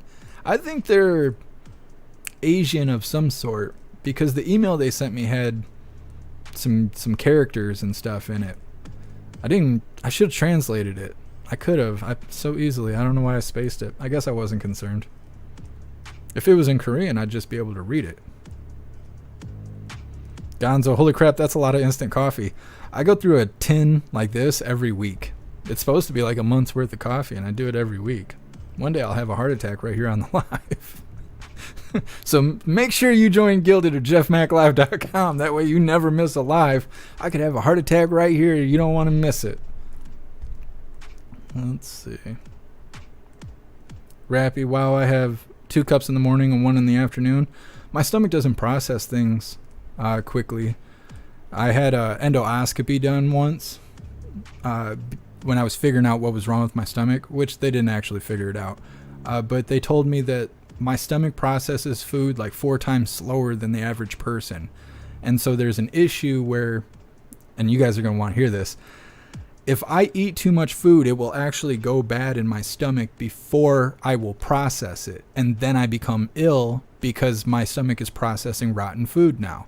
And so I can't eat big heaping loads of food and so, big buffets. And so I do sometimes, but I'm not supposed to. Yeah, so it is what it is. It is what it is. Let's see. Mr. B. No, see, it doesn't affect me like that. I can drink 10 cups of coffee and then literally go to sleep. I could drink 4 or 5 Monsters and go to sleep. I used to do it all the time when I worked at the factory. 6 Monsters on a 8-hour shift, 10 Monsters on a 14-hour shift. You're only supposed to drink 2 a day. I don't even know how I'm here anymore. I assume it's because I'm bulletproof. That's how God made me. Hey, I appreciate you, Whistler's wife. I try to improve the website every day, but my education is only so far, and I'm trying to do better. It's very complex. Doing code and stuff is very complex. I have some hooligans that have been helping me along the way. Rappy, I love French vanilla caramel latte and pumpkin spice lattes in the fall. I like fancy coffee too. Every once in a while I'll go to Lillington and hang out with WMM, which I can't do now because I don't have a car. Because I'm a bum and a loser. I hate that. I totally feel that way because I don't have a car. It's not my fault. It's the deer's fault. But, I feel like a total piece of shit because I don't have a car. I feel like a lowlife. But every once in a while I'll go to Lillington, hang out with WMM. There's a coffee shop in Lillington called the Bookmark, I believe it's called. And they have like $8 coffee. And I get a Majestic Mocha Frappe with an extra shot of espresso, cream, caramel, and whole milk. And it's awesome. It's awesome. It's the only coffee I can drink that will actually make me not drink coffee the rest of the day. I'll be vibrating and shaking, and I was gonna say shaking in the Subaru, not anymore. But that's the only coffee I drink that I'm like, this is enough. I can't drink anymore for at least 2 hours. Let's see. Get some J. If you have a heart attack, do it live on pay-per-view. Money raised will cover the funeral. Pff, no, it won't. It's like $10,000 to have a funeral. I think that's even if you cremate them. It's like $10,000. And I just told you, God made me bulletproof. You try and cremate me, it isn't going to work. It's not going to work. You're going to have to just, put me in a boat and kick me off, set it on fire. I won't burn. I'll just sink when the boat burns. We'll have to figure it out. Let's see. Jeb, how could you work? I'd be peeing all day. My body doesn't process it. I get full. I don't run to the bathroom every 10 minutes. I get full. I've been doing this the whole time I've been live. How do you think I was getting by with 10-hour live streams of protesters crying on the screen? It takes 10 hours to have to pee, I guess. I don't know. I'm built differently. Yeah, Snooks, pinky's out. Everyone flipping the chapstick. You gotta let them know you're fancy. So flip it through the chat really quick, and we're gonna cover this next video. Normally we wouldn't hang out so long, but we don't have a lot of news. You know, it's all overseas, and I care about what's going on here. And unfortunately, we can't tell a whole lot of what's going on here. The live streamers wrapped it up. Oreo still goes live. First Responder Media still goes live, but like all the protesters, they don't go live anymore. A lot of the live streamers that were considered Patriot live streamers, they don't go live anymore. So we don't get a whole lot of inside look, just time to time. Let's see. Kyle, so you're saying you're so broke you can't afford to die? Yeah, absolutely. Absolutely. That's fine. I got a lot of work to do anyways. I assume that's why I survived the car accident. I mean, it might be a Subaru, but I took a deer at 75 and didn't even like lose control at all. I slowed down like I was pulling up at the drive-thru. It was I don't know, it's built like a tank. That's why I'm trying to get another one. If I could survive that, I could probably survive anything. I didn't even feel it connect. Oh, that's probably because it didn't hit the bumper.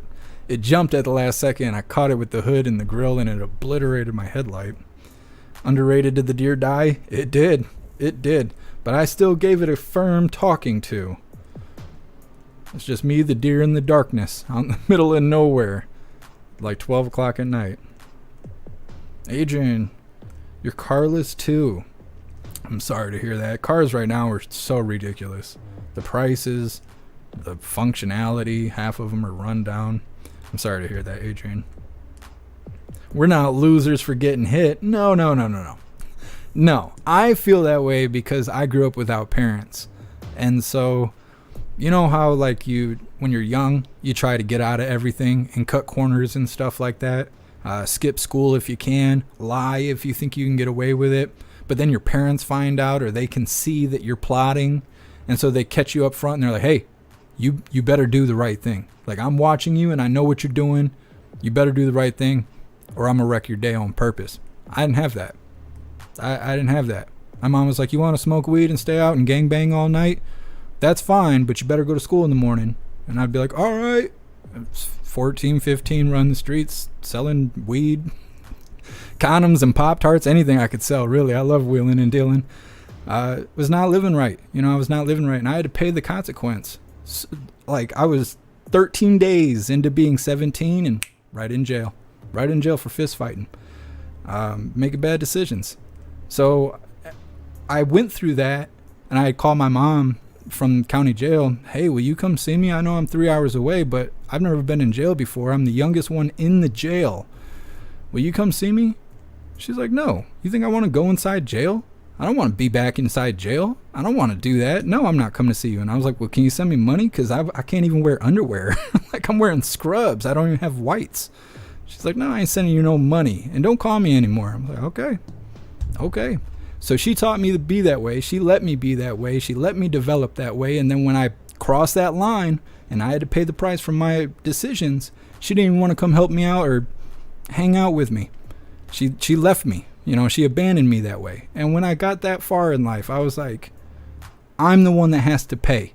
When it's time to make bad decisions, your friends are like, yeah, do it. Yeah, go do that. Go do that thing you're not supposed to. It's me that has to pay. And when I realized that, I was like, nah, I can't be making bad decisions anymore. And so I'm really, really hard on myself. And so when I think about my car being destroyed, it's like somebody should come and just whoop my ass, beat me into the ground, like beat me till I'm unconscious and then kick me in the face a couple more times and be like, yeah, don't you hit a deer again. Like, that's how I feel. So I don't know. I'm hard on myself. I don't want you guys to feel like I'm saying that about all of you. I just, I strive for perfection. Obviously, I can't hit it. We're not perfect. God didn't make us to be perfect. He made us to be hilarious. So don't waste your opportunity. What's up, Sam? Happy freedom. A 10-man, if I get cremated, I'll have a lot of metal left over from my leg. Well, they can't take all of you. A part of you will still remain. You'll be here forever. I don't have any cool surgery like that. I'm not part cyborg. Maybe in the future. We'll see what Elon does. Sam, yo, man, you got them Pop-Tarts and condoms? You know how much I used to get Cheyenne cigarettes. I would sit there outside of a gas station with $4, begging people, will you buy me a pack of Cheyennes? I was only 15, 14, something like that. Buy me a pack of Cheyennes. And they're like, you got $10? I'm like, yeah. They're like, I'll do it for $10. Cheyennes at the time cost $2, but you got to bribe them. You got to grease the palms a little bit. They'd go get me a pack. I'd go to the school because we all hang out in the alleyways and smoke cigarettes. And I would charge $5 a cigarette. And 5 times 20 is a pretty good deal. And so I would go back and buy more cigarettes and condoms. And then I'd go in the lunchroom. And I had free lunch. I'd get all the Pop-Tarts and stuff. And I'd wait till the end of the day when everybody's starving and people are waiting to get out. I'd be out in the front yard. Y'all want to buy some condoms? You want to buy some Pop-Tarts? I got these Cheyennes. You got $5? You want to buy a cigarette? Terrible. It's terrible. But, you know, I grew up like that. Wheeling and dealing. You should hear me making offers to these people with these Subarus out here. I'm wheeling and dealing them. I am. But in the end, they want too much for their heaps. So I'm still looking. Astral Hammer, my wife and I have talked about adopting you. You should hang out with us this Thanksgiving. I might take you up on that offer. I appreciate that, Astral Hammer. Pumpkin, you had a small business going. I did. When I became a chaplain, the guy that runs it, his name is Bill. And Bill, he's I'm trying to think what the phrase is. I don't want to say he's not prophet like. He's kind of like what Paul was in the Bible. He could read you. He could see you and just read you, tell you stuff about yourself that you kind of think and you feel or maybe even feel secure about, but you don't talk about. And he'll just say that stuff to your face. And you'll be like it's eye-opening. It stuns you. It stops you right in your tracks. And he's like, God told me. I know because God told me. And I know God loves you. And, you know, he says stuff like that or whatever. And he'll break you down. He will break you down. And he was telling me about how everybody's doing what they're supposed to be doing. It's just, who are you working for? If you're a drug dealer, that's because you got a gift in sales. You have a gift in charisma. You are able to talk to people, work with people. Those are evangelistic gifts to reach people, to reach others. But you're working for the devil. You're selling drugs. You could be slanging Bibles. You could be selling products that, I don't know, educate kids. You could be doing the right thing, but you're not. You're choosing to work for the wrong boss. So whether you make money talking, selling things, creating things, building things, cooking food, cleaning houses, your intentions show who you're working for. You do a crap job and you're trying to rip people off for that, you know, make an extra buck, and you're not even doing good work, you're still doing what you're supposed to be doing. The problem is you're working for the devil. So your quality of life is low, and eventually it'll wear you out and you won't be able to continue doing the job.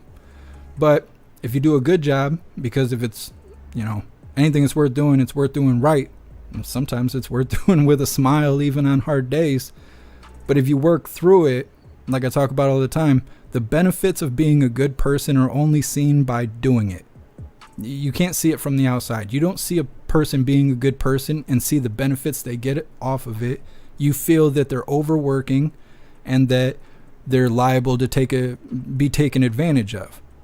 But they don't feel that way, which is why they continue to strive to be a good person, because the benefits are unseen unless you're practicing it. And so it's the same kind of thing. Everybody's doing what they're supposed to be doing because everyone likes to do what they're good at. But it's your intentions behind it that tell you, are you working for God or are you working for the devil? And your quality of life will be affected by those choices. I promise. I promise. Hair juicer, hospital wants $10K. I got you for 2. $10K? What? Oh, I don't pay hospitals. I wouldn't pay hospitals nothing. I owe the hospital ungodly like $16,000 hairs for telling me they don't know what's wrong with my stomach. And I told them I wasn't going to pay them. And they were like, well, we'll probably send it to collections. I was like, you can send that wherever you want to. I'm not going to pay it. I am not paying that. So there's a whole bunch of numbers blocked on my phone that I don't answer when they call. If I don't know you and you're calling, I ain't answering. Let's see. Annette, yep. It's true. It's true. Anna says, my dad would do the same thing as your mom. If we got ourselves in trouble, we paid the consequences for our actions. The problem is that my mom used to encourage me to do that stuff. My mom used to encourage me to make bad choices. That it was the cool thing to do. That it was the smarter thing to do. That if you can work someone over and trick them and lie to them and steal from them and cheat on them and get away with it, that's the thing to do. And that makes you better than everybody. The more clever you are, the better you are. Until you're in prison telling all your fellow inmates how clever and cool you are. And then you're sitting there by yourself. It's not good. It's not good. Hair juicer, hip replacement. Yeah, that's rough. That's rough. Every time I go to the hospital, I won't give them my information. Because then they charge me. So I just tell them a fake name or whatever. And they're like, well, we need ID. I'm like, no, actually, by law, you have to treat me. This is the emergency room. You have to treat me. And anytime they ask for more info, I'm like, yeah, by the way, my knee still hurts. My back still hurts. And my hand's doing this weird thing.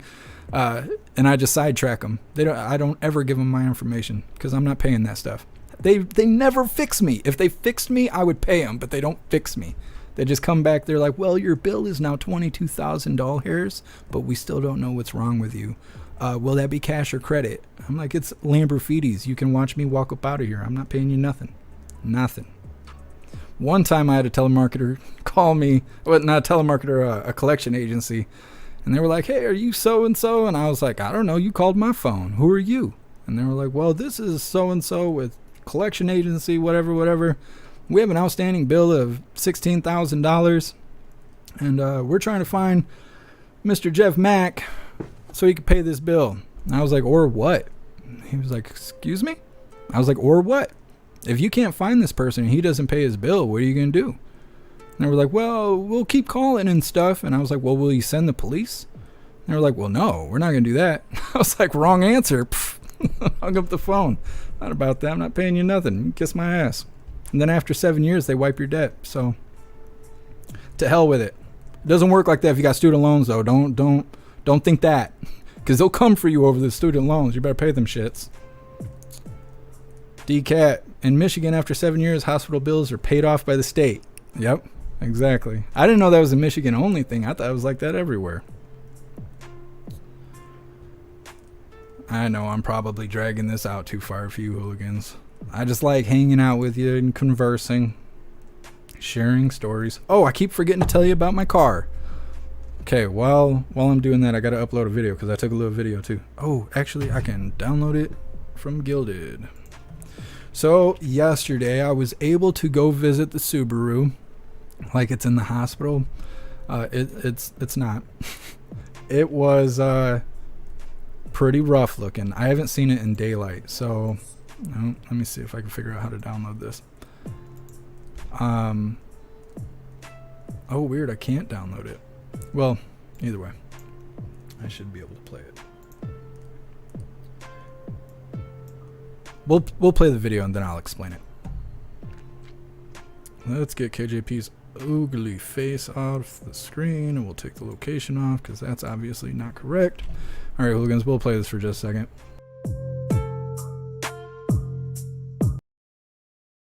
Oh, Subaru. Subaru.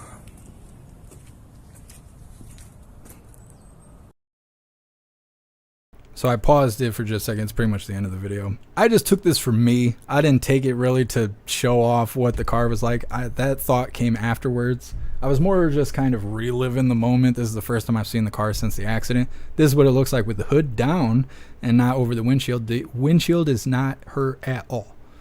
At all. There's no cracks, no scratches, no scuffs, no nothing. Windshield's perfectly fine. And so is the motor. The motor is not even touched. The radiator is like this far away from the top of the motor, and then nothing is touching the pulleys or anything. So the motor's perfectly fine. Poor thing. Oh. So I went and visited the Subaru, and they were still insisting that they can't fix it and that I should continue searching for a car. But then I told them I can't find a car with less than 250,000 miles for 5,000 doll hairs. It's just not out there. I can get a crappy little Honda Civic or something that will probably live 300,000, 350,000 miles, but it's only front wheel drive. And I have fallen down hills backwards in front wheel drive vehicles. I've done it twice. And the first time I slid off the side of the road and dropped 10 feet and landed on my passenger doors. And although I did all of that and survived, I had to get out of the driver door by kicking the door up and then standing on the driver's side of the car to open the back door to pull someone important out of the vehicle from the back seat. It was a crazy, crazy thing that happened. And they actually pulled my vehicle out of the ditch and then I drove it home. It was fine. So I don't know why I smack a deer into the totals of the car, but either way, I don't want to go through that anymore. I am too old to be pushing cars out of the snow. I am not willing to be stuck. I'm not willing to die in the car when I have to go uphill both ways in 19 feet of snow because I live in Michigan and I'm already an old man at the old age of 34. And I'm just not willing to deal with it. I need four-wheel drive. I cannot afford an SUV or a truck with four-wheel drive. So, looking at Subarus. That's all I got, and I like them. But man, $5,000 hairs for 250,000 miles on a busted up rusty Subaru is too much. So I went to the shop, saw the Subaru, cried a little bit, went and talked to Joe and them over at Paul's Auto. If you're anywhere near West Michigan, definitely go check out Paul's Auto. They are awesome. They have high integrity. I trust them with all my stuff. And anytime I get something back and I'm questioning the work, I bring it back and they'll redo it for free. They want people to know that they do good work. And so shout out to Paul's Auto. But I went and talked to them.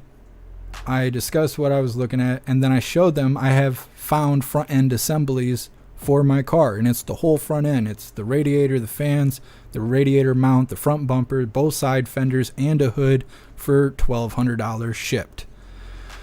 I told them that, and then all of a sudden lights were turning on and they started making phone calls, and they told me that they would know by Friday afternoon if they could bring my Subaru back from the dead. Because when I told them it was going to cost $5,000 for a heap, they said you might as well spend $5,000 to fix your car, and at least you'll have your car back. And my car's only got 130,000 miles on it with new head gasket, new timing belt, new catalytic converter, and all that stuff. I could drive that till the car dies. Unless I hit another deer. So that's the plan right now. I'm kind of still checking out cars, scheduling meetups on Saturday and Sunday, and we'll wait for Friday afternoon to see if they can revive my car or not. It won't be done by Friday afternoon, but they will be able to tell me, is it worth starting? Is it worth ordering that expensive assembly and having it shipped here? It'll take somewhere between 3 and 10 days to get here, and then they're going to pay somebody to assemble the thing. So we'll see how it goes. I found out last night, and I've been waiting all day, all night and all day to tell you hooligans about that. Here, Juicer, do you use snow tires? I do not. I use radial tires or whatever the best of both worlds is, because I can't afford snow tires. It's like $800 for 4 of them. I don't have that kind of money. Sam, that car can be fixed. I'm hoping so. That whole top part that's folded in, the gold, what looks like framing, and it's folded in, that's actually the radiator mount. That actually bolts onto the frame. It's not the frame itself. So when I showed them the assembly, I'd show you guys, but I can't find the link. Maybe I can really quick, because it's kind of hard to explain. Let me see if I can pull it up really quick, because I know I was sharing with some hooligans yesterday. Helps me think to be able to talk it out. I think everybody feels that way, whether you realize it or not. This is the assembly. Whole front end, shipped for, this one's like not even $900 to have it shipped. I'm trying to see, where is the frame? Well, I might not be able to show you guys very well on here. But this whole top part, that black part along the top, is the frame of the car. And it comes with the headlights and fog lights and everything I need. Like I said, this one right here is not even, I don't even think it's over 1,000. Oh yeah, it is. $300 for shipping, $850 for the part. Under $1,200. Under $1,200 having it shipped. Everything else would just be labor. Just be labor and body work, and not really a lot of body work. They just got to kind of fold out that one driver's side. I don't want to call it a frame. It's not part of the frame, but it's the part that the fender brackets onto. But we'll see how it goes. We'll see how it goes. I'm just keeping you guys updated. I know we're dragging this all out today. But I'm keeping you guys updated. I would not be able to even have these opportunities if it wasn't for you hooligans. Not just showing up on the live, but how generous you guys have been and checking up on me and helping me brainstorm, helping me think, finding links for me, finding cars for me, sending donations, sending support, all the well wishes, all of it. It really means everything to me. I cannot express it enough. It really means everything to me, and I wouldn't even be able to do any of this if it wasn't for you hooligans. I would be totally screwed. And I see a lot of people saying, well, at least you got insurance, you're probably going to buy a nice whip now, blah. I do not have that kind of insurance. I should have, but I don't. I have liability insurance, which means that I'm legally allowed to drive on the road, and that's it. I have no coverage for nothing, and so I would be totally screwed if it wasn't for all of you hooligans. So big shout out to all of you. Thank you guys so much. So that's why I'm just keeping you guys up to date with what's going on here. I don't want you to think I'm like those other live streamers where I tell you, I really need help, and you send support, and then I go to the casino. I don't do stuff like that. I wouldn't say it if I didn't mean it. That's how I roll. Matt, it's all bolted on. Yep. I'm hoping they can fix it. And even if they can't, I have some other body shops nearby.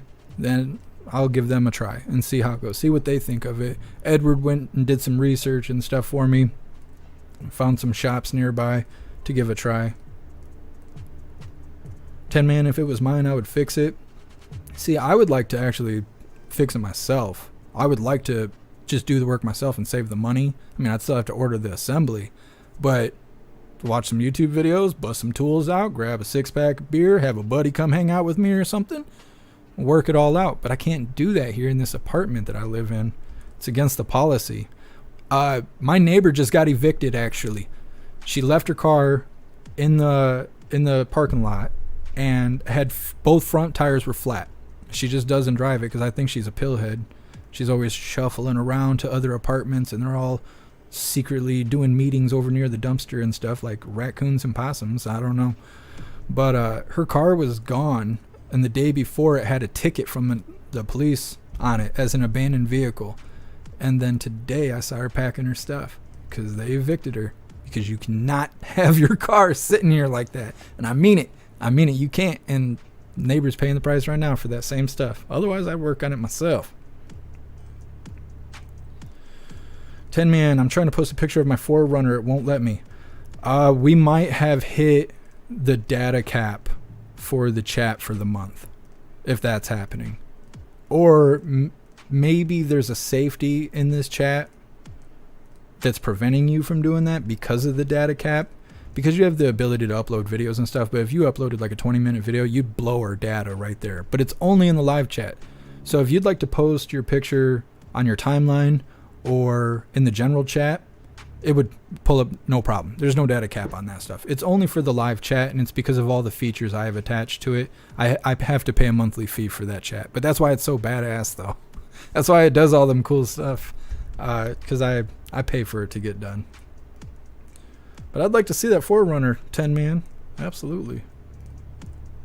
Let's see. Hair juicer. Yeah. I mean, I'm not hating on front wheel drive cars. I just did the song and dance for so long, and then after I got 4-wheel drive, there's just nothing like it, and I don't think I can go back. Oh, I appreciate all of you hooligans over here on Rumble. I'm reading through your chats right now. Thank you, MU. Appreciate the support. Old BR, can you find one in a junkyard? Not all those parts. Because the people here either run their Subarus till they're not even worth purchasing anymore, just run it right in the ground, or they smack a deer. And that's what happens. I was trying to see if I could find parts and stuff from junkyards. One, they want the same price as AutoZone does. And two, it's all front end damage. because people hit deer here just so they feel better about the governor that's running the state. It's like, damn it, everything sucks here. I don't, just boom, hit a deer. Just run a deer over just out of anger. It keeps us cooled off here in Michigan. Happy Freedom Dance Master, appreciate you. You're awesome, Destiny, thank you. Kelly, my son took hydrochloric acid tablets and cured the stomach problems. I don't think that would work for me. I got 2 or 3 different things wrong with me all at the same time, and one of them is Crohn's disease. My dad has Crohn's disease, and I've had the early stages of Crohn's disease since I was 23, and it's probably developed more, but I haven't been to a doctor since I was 27 or 28 or something, and they weren't even looking at my stomach. I was doing something else. But I appreciate the information, Kelly. Thank you.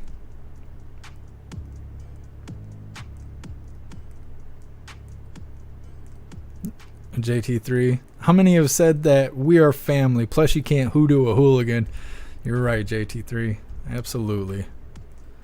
Fix it in a Walmart parking lot. That's interesting. I wonder if I could get away with that. I think you can sleep overnight in a Walmart parking lot without being disturbed. I don't know why I wouldn't be able to work on my car. I actually thought about throwing Paul's Auto some money because they got a little bit of property out front for their U-Hauls to sit, because they also rent U-Hauls if you need a U-Haul and you're near West Michigan. But I was thinking maybe I'll throw them some money. Maybe they'll let me work on the car out front and do my own body work. We'll see how it goes. That might be overstepping. Hopefully not. We'll see. We'll see how it goes. You got to ask. You got to ask. Some more life advice. You got to ask. You got to speak up. You got thoughts, you got wants, you got desires. You have to speak up. Because if you don't ask for what you want, you'll only get what someone else feels you deserve. Speak up. You got desires. You got a burning in your heart. You got to speak up. So that's why I say, like, it might be overstepping if I ask to rent a little space out front to work on my car. But I won't know until I ask, and I got to ask. Let's see. DCAT, you could join Gilded using the Android tablet. It would work fine. And it's free, if you would like. Kelly, you tried probiotics? I take probiotics. Yep. Christy Star, I'm glad you can get your car fixed. I don't know for sure. It's just in theory, we think we can fix it for less than $5,000 like they were originally quoting me. They're saying I might be able to fix it for $2.5, maybe just under $3,000.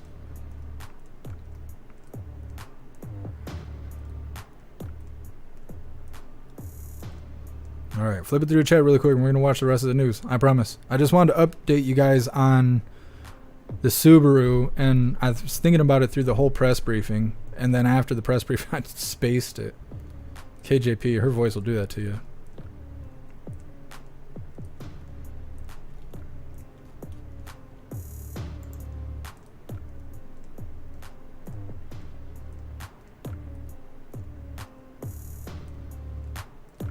Chris, no pizza slapping or dough rolling for another week or so, mostly making subs and answering phones. That's not too bad. That's not too bad. I delivered pizza for like 6 years. I did 3 years at one major chain, and I did 3 years at another one. And I've done all that stuff. Cooking dishes, cut box, D-Livs, answering phones, taking orders at the register. Yep. If they weren't major chains, I'd give you the spiel. The whole deal. I could still do it. I'd take your order right now. I could. Chris, wearing my tight jeans front of the house, I get hella tips though. You know what you do? You go to the make bench. Go to the make bench. I used to wear black slacks, my work shirt, and then a black apron. Instead of wearing it over my chest, I fold it in half tied around my waist, and then I go stand at the make bench, and you get all that like garlic dust and stuff on the front of your pants, and it gives an outline to what you got going on there. And then I'd go wagging the package out in front, out in the front there doing cut box, and people would be, "You're doing such a good job." Hand me a $5. Heck yeah, you could see this bulge over the wall. That's why. I'm telling you. Make that money. Go make that money. And that no gluten for you. You couldn't say that loud enough. That gluten kicks my ass. There's this place called BC Pizza that's in Hart, which is, I don't know, 40 minutes from me or something.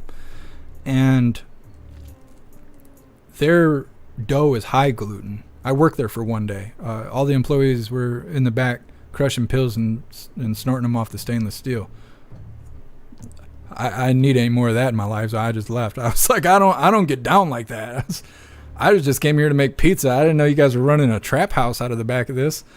But we were mixing dough, and the bags of material that you put into the mixer, it says in big bold black letters, high gluten dough or whatever. And I was like, this is why it makes me throw up blood, because I can't have gluten. It's kicking my ass.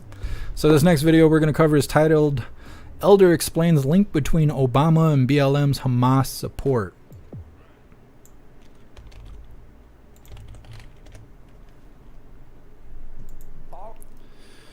I don't know who the good guys or bad guys are overseas, because I live here in America and I don't pay attention to everybody else's business. I just pay attention to my own business. But if BLM is supporting it, then it's probably not a good thing. We'll find out. All right, let's bring in Republican 2024 presidential candidate Larry Elder to react. Larry, I wanted to bring you in to talk about this Patrisse Cullors comment. We're now finding in 2015, Patrisse Cullors, who's one of the co-founders of BLM, saying that she was calling for the end of Israel. The reason why it matters is because BLM tweeted a horrifying picture of Hamas kind of paratrooping and killing Israelis. There it is right there. Larry, what's going on behind the scenes at BLM? Well, Eric, thank you for having me. BLM is a morally bankrupt organization, and it's been so from its very inception. Let's remember, right now, today, racism, anti-Black racism, has never been less significant. In fact, the demand for racism is exceeding the supply, and that's why an organization like Black Lives Matter took the death of Trayvon Martin to start itself, even though the man who shot and killed Trayvon Martin was found, Eric, not guilty by a jury. A Black alternate said he would have found him not guilty, and race never came up. Fast forward to George Floyd. The lead prosecutor, who was a Black man, never even implied that Derek Chauvin did what he did because of George Floyd's race. In fact, the lead prosecutor bent over backwards in his opening statement to say the police in general were not on trial. This individual is on trial, and Derek Chauvin was never charged with a hate crime. Yet that resulted in 4 months, beginning in May of 2020, 25 people killed, 2,000 officers injured, at least $2 billion in insured property damage, and maybe another $1 billion or $2 billion in uninsured property damage. Now you have all these statements made by people like Patrisse Cullors indicating Black Lives Matter's anti-Semitism. Unfortunately, Eric, anti-Semitism within the Black community is not uncommon. You've got Jesse Jackson referring to Jews as Jaime and New York as Jaime Town. You have Al Sharpton in the middle of the 1991 Crown Heights riots saying that the Jews want to pin their yarmulkes on, come over to my house and let's get it on. The Anti-Defamation League has documented over years that the anti-Semitism rate in the Black community is anywhere from 2 to 4 times higher than among non-Black Gentiles. Louis Farrakhan. And you can't even get the Congressional Black Caucus to announce Louis Farrakhan. And remember that famous photograph that emerged after Barack Obama left the White House with a smiling Senator Obama standing next to a smiling Louis Farrakhan? And it didn't come out until almost 8 years or so after Obama left. We know that early Obama years, Louis Farrakhan was a major influence to young Barack Obama, right? And his pastor, Jeremiah Wright, was close friends with Louis Farrakhan. We can go on and on and on. This is all, Eric, ignorance. Jews have been friends to Blacks for a very long period of time. My mother grew up in the Jim Crow South. A guy named Julius Rosenwald worked with other Black leaders to found something like 5,000 schools for mostly Black kids in the South. You've got a guy that worked very closely with Thurgood Marshall to win the Brown versus Board of Education. Jews worked very closely with MLK. In the 60s, there were 400 freedom fighters that were trained by civil rights organizations. Half of them were Black, half of them were non-Black. Of the non-Black ones, between 50% and 75% of them were Jews. The famous movie, Mississippi Burning, was based on the death of 3 civil rights workers, 2 of whom were Jews. Jews have been very, very close to Black people. And Eric, when you look at polls about negative stereotypes about Blacks, Jews are the least likely of all religious, ethnic, and racial groups to hold negative stereotypes of blacks. Yet you have this anti-Semitism within the black community. It's appalling. It really is. Now, the majority of blacks are not anti-Semitic, don't get me wrong, but of those who are, it is substantially higher than in the non-black Gentile community for reasons that I think are completely, totally ignorant.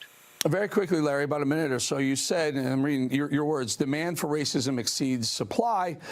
Who are the chief purveyors or demanding this racism to spread? Is it white supremacists, or does it happen to be Democrats?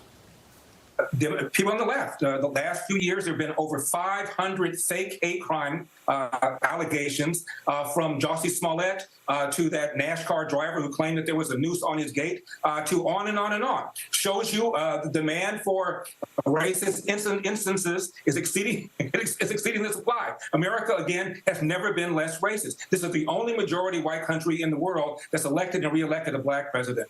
The president of Harvard University is a black female. The mayors of all three major cities in America, New York, LA, Chicago, are all black. You had the head of the American Bar Association, 2 of them have been black. The head of the American Medical Association, 2 of them have been black. We can go on and on and on. There are black multi-billionaires, black millionaires. The idea that somehow, some way, black people are oppressed is nonsense and is holding people back. All right, Larry, going to leave right there. Appreciate your time. Larry Elder, thank you for joining us. I don't know who Elder is, but every time I've seen him, he is like going off. He is like convicted about what he's speaking with conviction. He says it like he means it. That's what it sounds like. And that is hilarious. I don't know how to describe that out loud to everybody. It's not on the website, but that's awesome. Well, I don't know. They've been tying all that stuff together. Obama and BLM and all this stuff. I think we'll start seeing BLM some more, probably in the upcoming months and whatnot. It's election season coming. We're just waiting. All it takes is one incident that is a spectacle, and the next thing you know, they'll be in the streets. They keep trying to do it. They tried to kick it off for that pregnant woman that was stealing liquor from the dollar store or wherever she was, and then she tried to run over the cop, who ended up shooting through her the windshield and killing her, hitting her in the chest and killing her. Not his fault. It's her fault. Her choices got her put there. And she had 2 kids at the house waiting for her to come back home. She was too busy stealing liquor. So before the body cam footage came out, there was like 3 days of marching, but it wasn't live, which is why we didn't cover it live. But we did cover it the next day when we were finding clips and whatnot. But then the body cam footage come out and the store footage came out, so you could watch her pick up liquor bottles and stick them in her purse and then wander out to the parking lot, have a exchange with officers, and then take a round to the chest and then die against the wall of the store. So it's kind of hard to act like, it's time to activate. No, she's just the criminal, and, she paid the ultimate price, and it's really unfortunate, especially because she was pregnant and already had 2 other young kids. It's terrible. It's terrible. She should have made better choices. She's a mom. She should have thought about her kids and not her drinking problem. But, either way, that wasn't enough for BLM to kick it off, so they're just waiting on the next incident to blow it out of proportion, and they'll hit the streets. It's just a reminder, though, if you're over on YouTube, probably won't be able to see it. They're cracking down on graphic violence. So I've already got warnings just from showing clips of protests. If we had a full-blown protest, we'd probably get suspended over on YouTube. Or worse.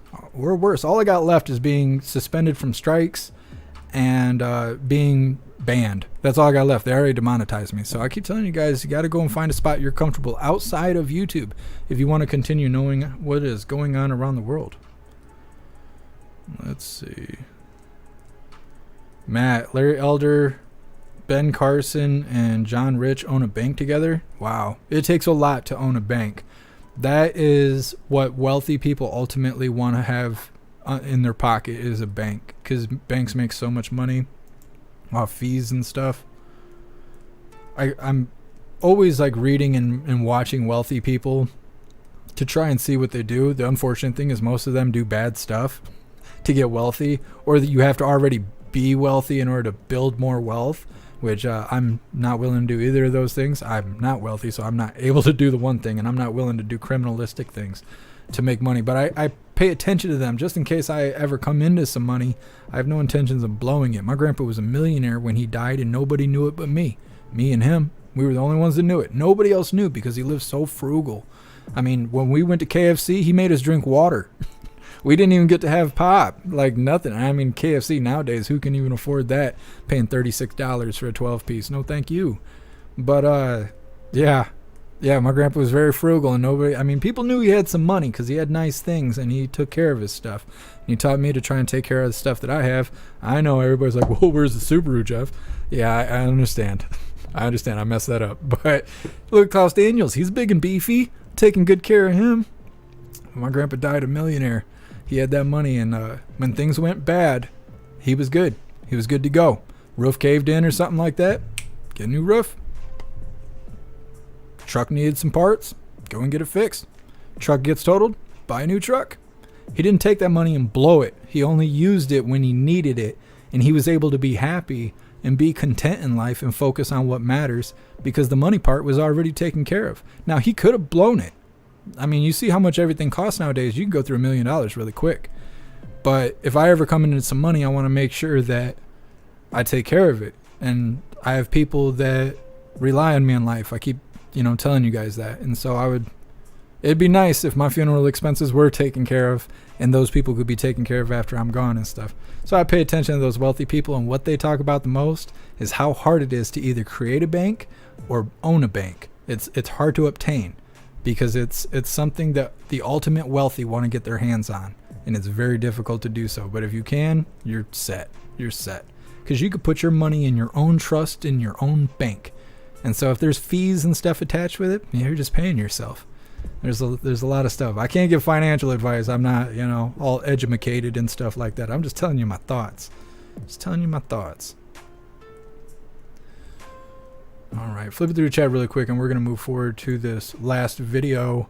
It's titled, I couldn't believe what I saw. Woman records Clearwater, Florida tornado as it comes ashore. It's coming up next. Matt, it's called Old Glory Bank. I'm going to look that up.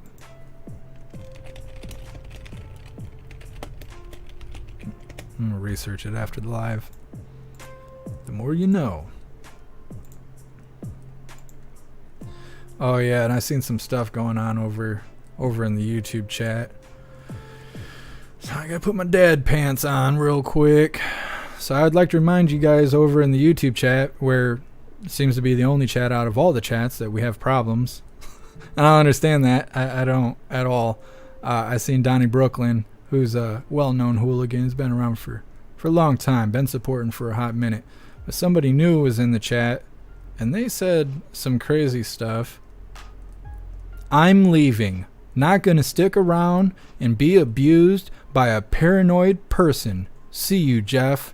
Well, Christy, as much as I appreciate you coming and watching the live and being a part of all of this, you can block people. You can click their name, and you can block them, and when they write, you don't know it. And everybody can do that. And I think you can do that everywhere, in every chat, on every platform that I run. So don't rely on us to fight your fights. You have all the power right there at your fingertips. I'm not trying to shit on anybody, but these are the worst problems that I encounter as far as like annoyance goes.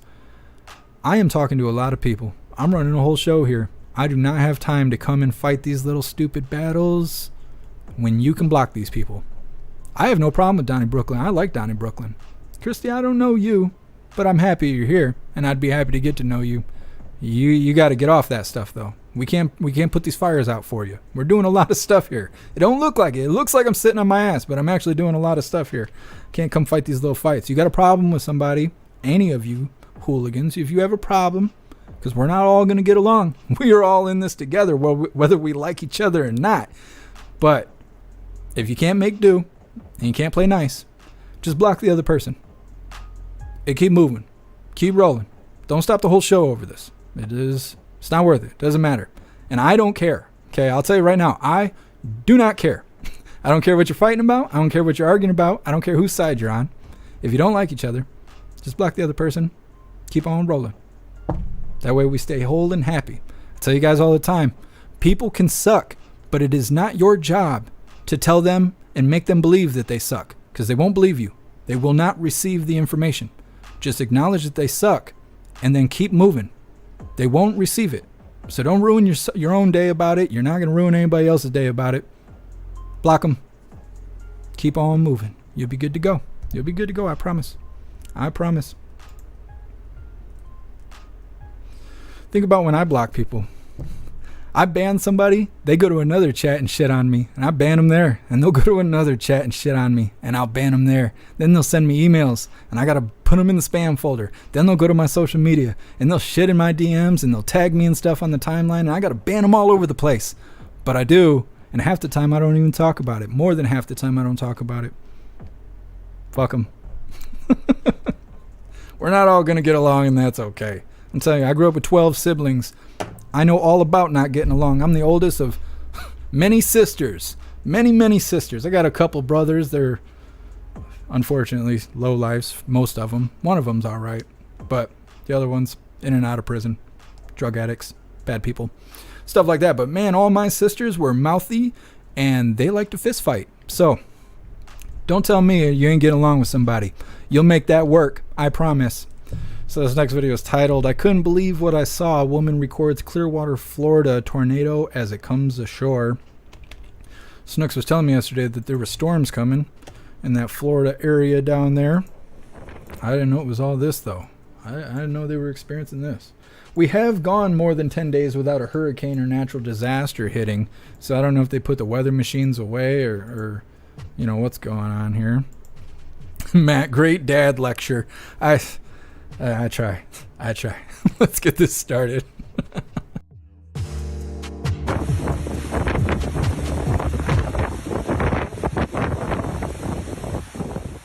This is wild. Do you see it as it gets closer to the camera?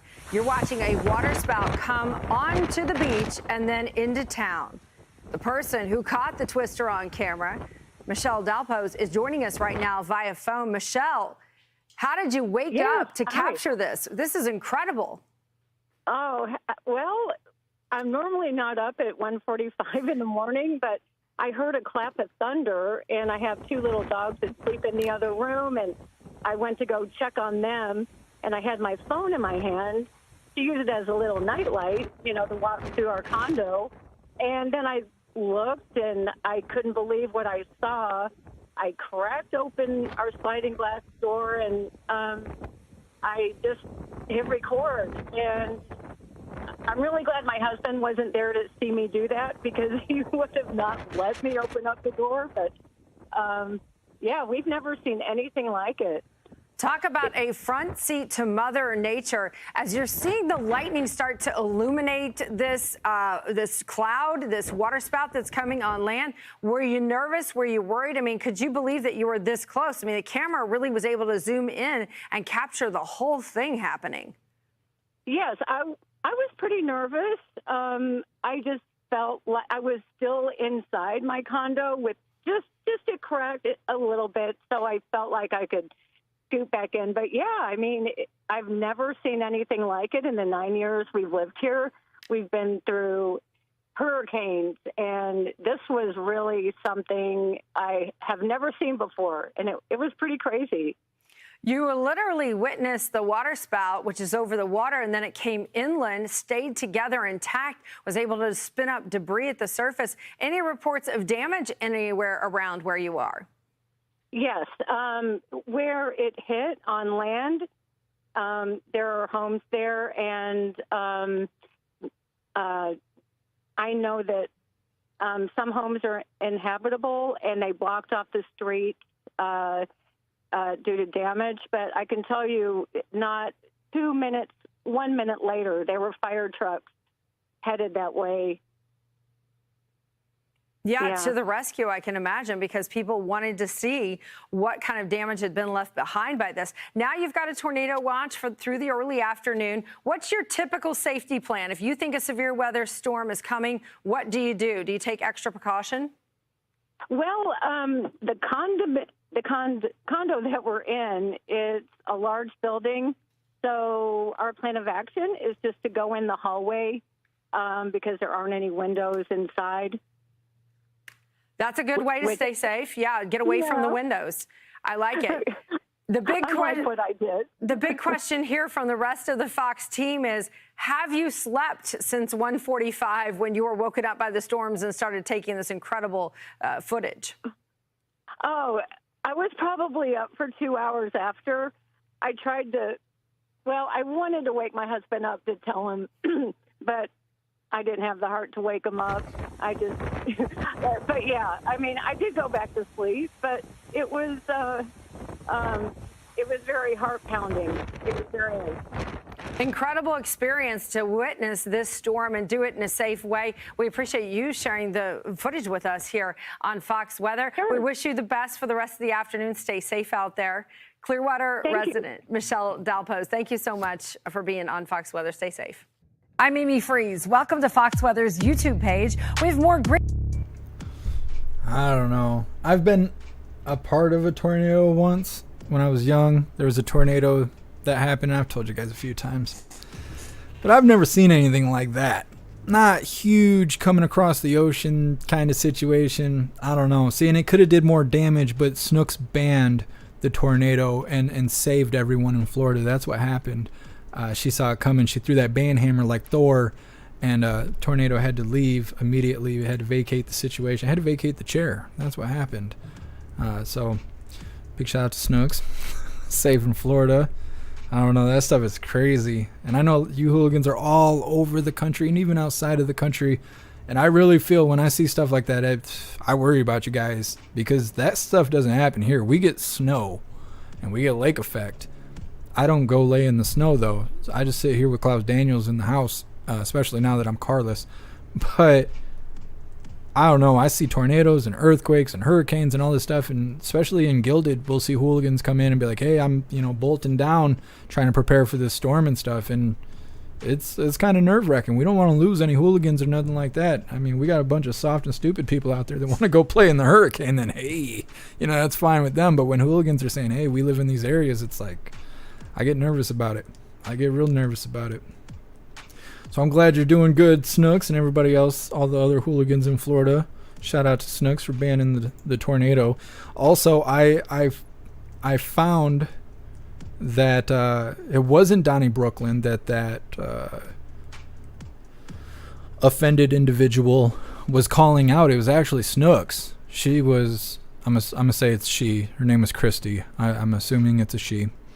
I guess she was trying to duke it out with Snooks, and she's lucky. She's lucky she's not banned. But yeah, once again, if you guys have problems with somebody, then block them. I don't think you can block mods, and I don't suggest you do.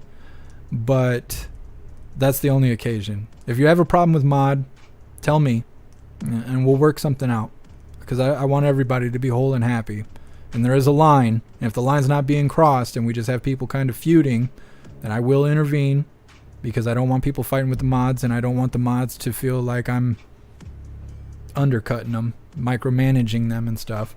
But if there's a that's the only situation where I'm going to intervene and straighten things out for little petty arguments and stuff. For if you're fighting with somebody that's not a mod, or you're offended by somebody that's not a mod, just block them. You don't have to tell everybody. You don't have to get my attention and write in all capital letters and stuff. Just block them. Let's see. DeRosa, the only thing Snooks bans is F5s. Just taking them out. Just took them out. Said, not today. It was like Gandalf. She was like, you shall not pass through that ban hammer. Red Wagon with the hammer on Twitch. Exactly. Snooks, she was nosy, insulted you, and that was it. Well, I hope she had fun while she was here. That's my goal. I mean, the information is great and all, but, it's having fun that I care about. Even when they're acting like shitheads.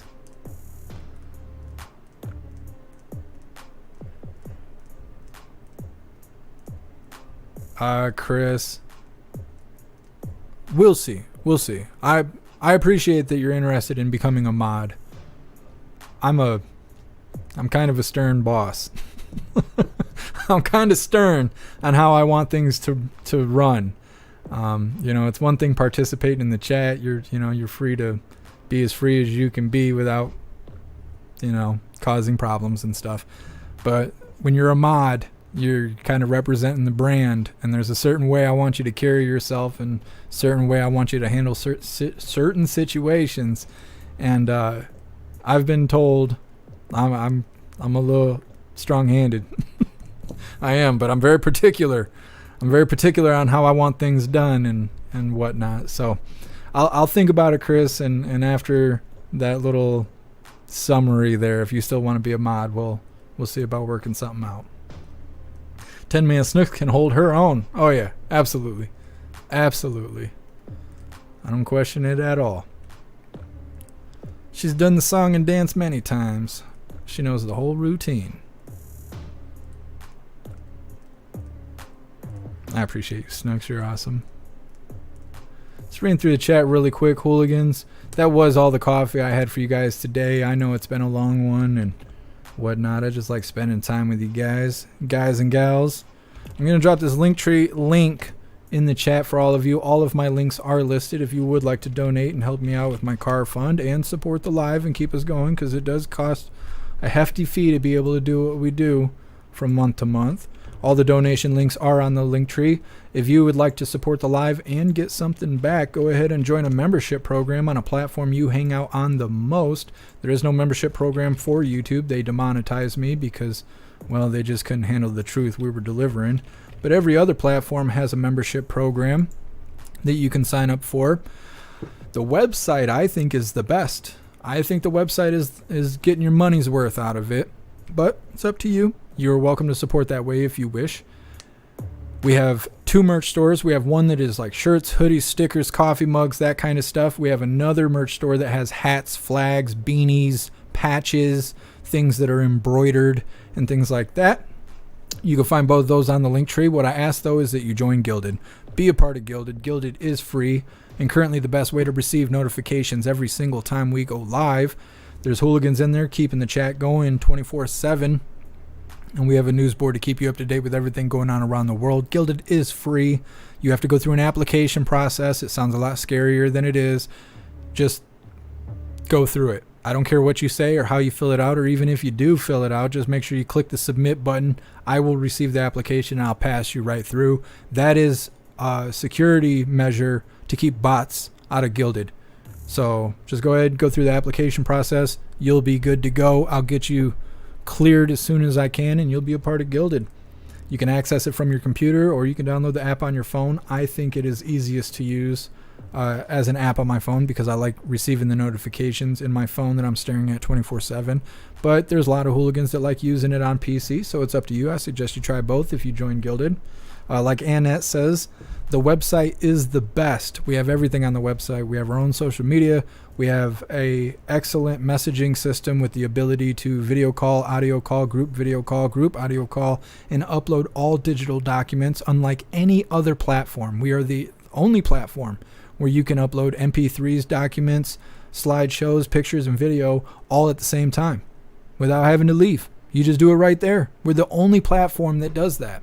So that's just for being social. We also have a live streaming area with the best chat out of all chat systems. It's like being on Gilded and on the live at the same time, and I even think it's a little better than that. So if anything, that's the real reason to go over to jeffmaclive.com, but I will continue to make improvements over there and continue to work on that. So I suggest you try it out if you are interested in the website, but you don't want to pay the $10 fee. At the top of the link tree, you can get a free week. It's not a scam. It's not no nonsense. You know me, I give it to you how I got it. Free week. After the week's up, you'll lose your access, and it's up to you if you want to pay for a membership or not, but it's a free week to check out all the cool stuff we have going on over there, so I ask that you do that if you are interested. Well, hooligans, I'm going to read through the chat really quick. We are going to do the Pledge of Allegiance, and we are going to wrap this up. No game. We're not going to be gaming until I get the car fixed. I don't even think I could play the game. I think I would feel like the biggest loser sitting here playing video games while I don't have a car. And I know you hooligans understand, but just being my own disciplinary, I can't do it.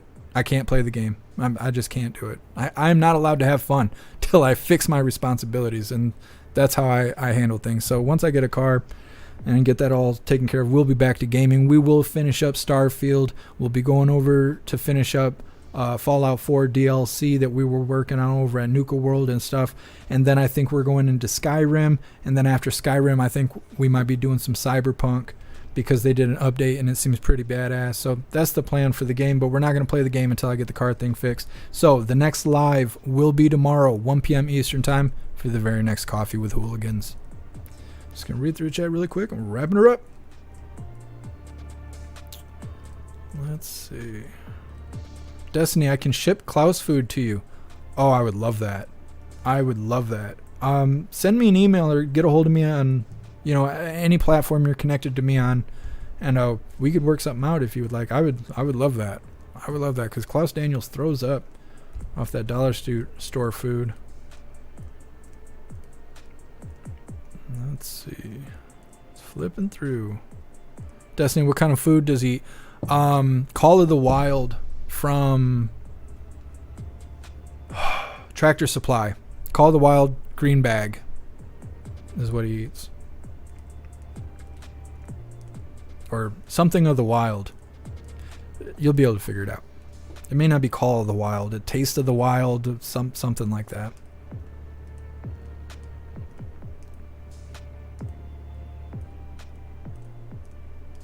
Guess I'm Jay. Strong-handed bitch slap a tornado and then we'll talk. Nah, I don't know about all that. I just send Snooks in. She just threw the band hammer and called it a day. Saved Florida. National hero. It's flipping through. Old BR, my pup eats Taste of the Wild. Thank you. Taste of the Wild with raw mixed in. I just know it's the green bag. That's all I know.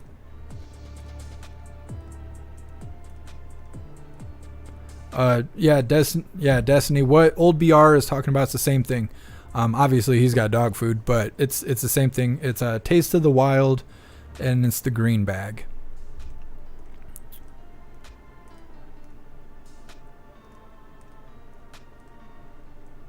Kung Fu Grasshopper Hooligan Con would be badass. It would be.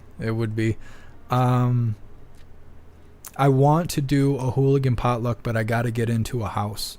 And I'm trying, I was trying, now I'm trying to get a car. But I'm trying to get into a house because I really want to do an annual hooligan potluck. It's on my bucket list. It is on my bucket list. I want that done. But I got to get into a house first.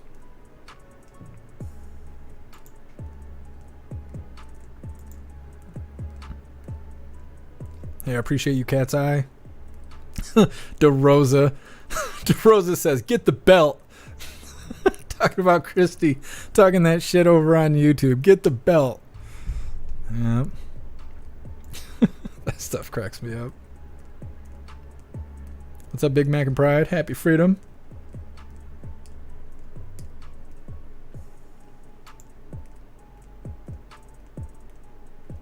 What's up, Michael? Happy freedom. It's going all right. It's going all right. I've had a rough week, but it's going all right. It's always good hanging out with hooligans.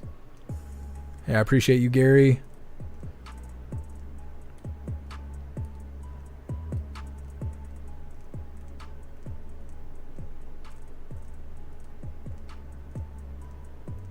Just reading through the chat, and we're going to do the pledge in just a moment.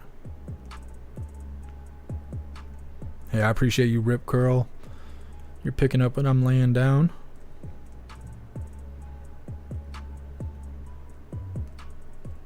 Snooks. The wrath of Snooks is not to be trifled with. Absolutely. We should make t-shirts. What's up, Eric? Happy freedom. All right, hooligans. It looks like we are good to go. So you know what time it is. Please join me for the Pledge of Allegiance. I pledge allegiance to the flag of the United States of America and to the republic for which it stands, one nation, under God, indivisible, with liberty and justice for all. I love doing the pledge. I didn't care for it too much when I was a kid and I was in school and I was tired as shit at 7 o'clock in the morning, but I didn't know its value at that point. I didn't know. I was just young lad, young and dumb. Now I know. Now I know better. I'm just reading through the chat really quick and we're going to wrap this up. Like I said, we will be live tomorrow, 1 p.m. Eastern time for the very next Coffee with Hooligans. Appreciate you being here, Annette. Let's see. KA, what about the front end clip you found? Will that work? Yeah, I'm thinking so. They won't know until Friday about the car. It's mostly cost. It's the cost more than anything else. They know that they could fix it. They could find somebody that'll put it back together, but they were thinking I was going to have to purchase all the parts individually and have them installed. And they were like, there's no way you're going to be able to do that for less than $5,000. But then I showed them that front end assembly, the front clip, and I can have it shipped for like $1,200, you know, right to the shop. When I showed them that, I can have everything I need for $1,200. All of a sudden, it was like a new day.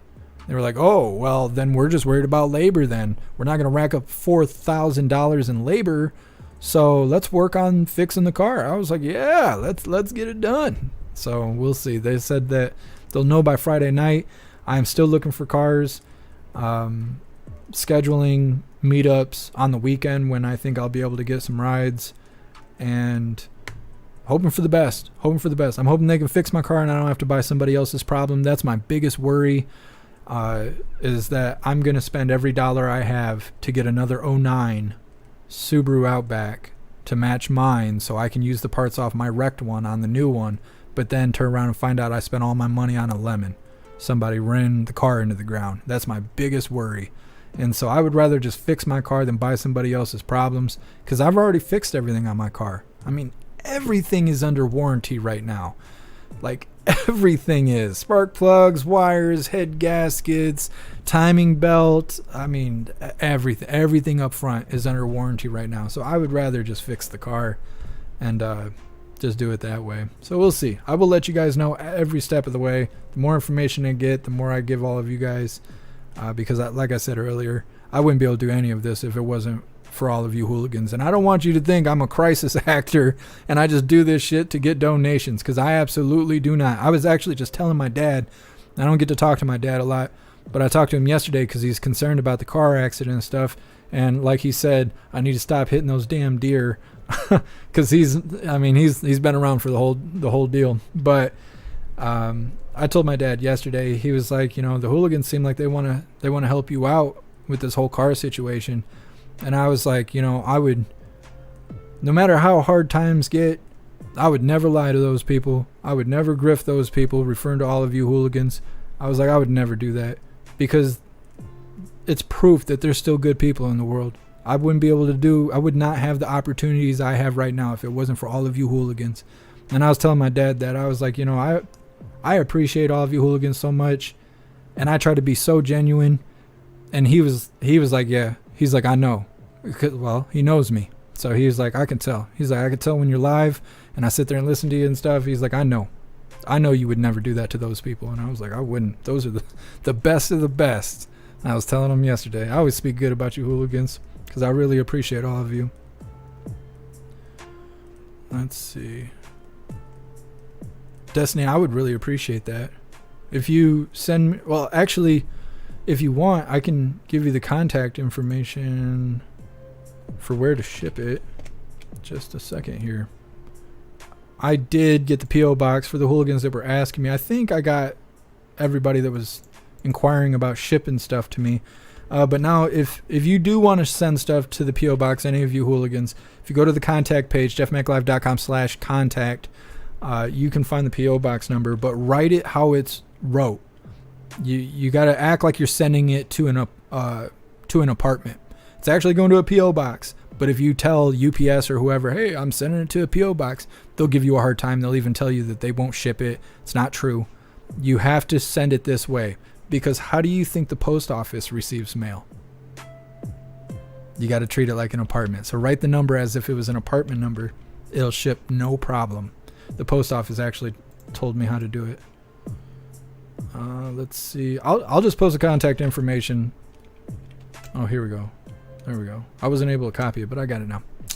Boom. There's the P.O. box. Destiny, if you could copy it off of the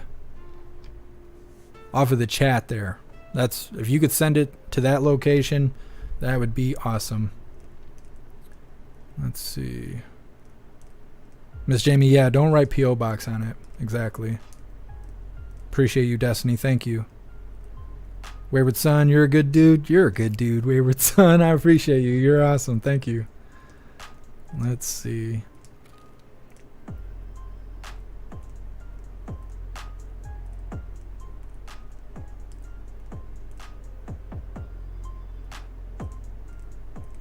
Old BR, I'm still worried about sitting in a college football stadium on Saturday.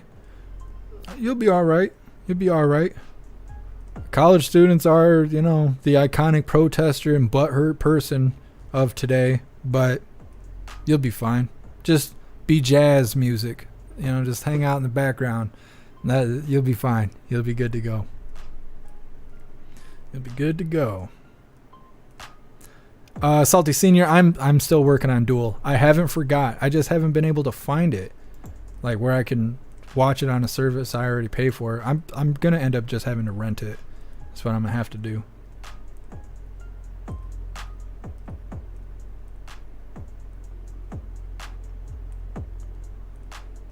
Hey, I appreciate you, Bunny Game.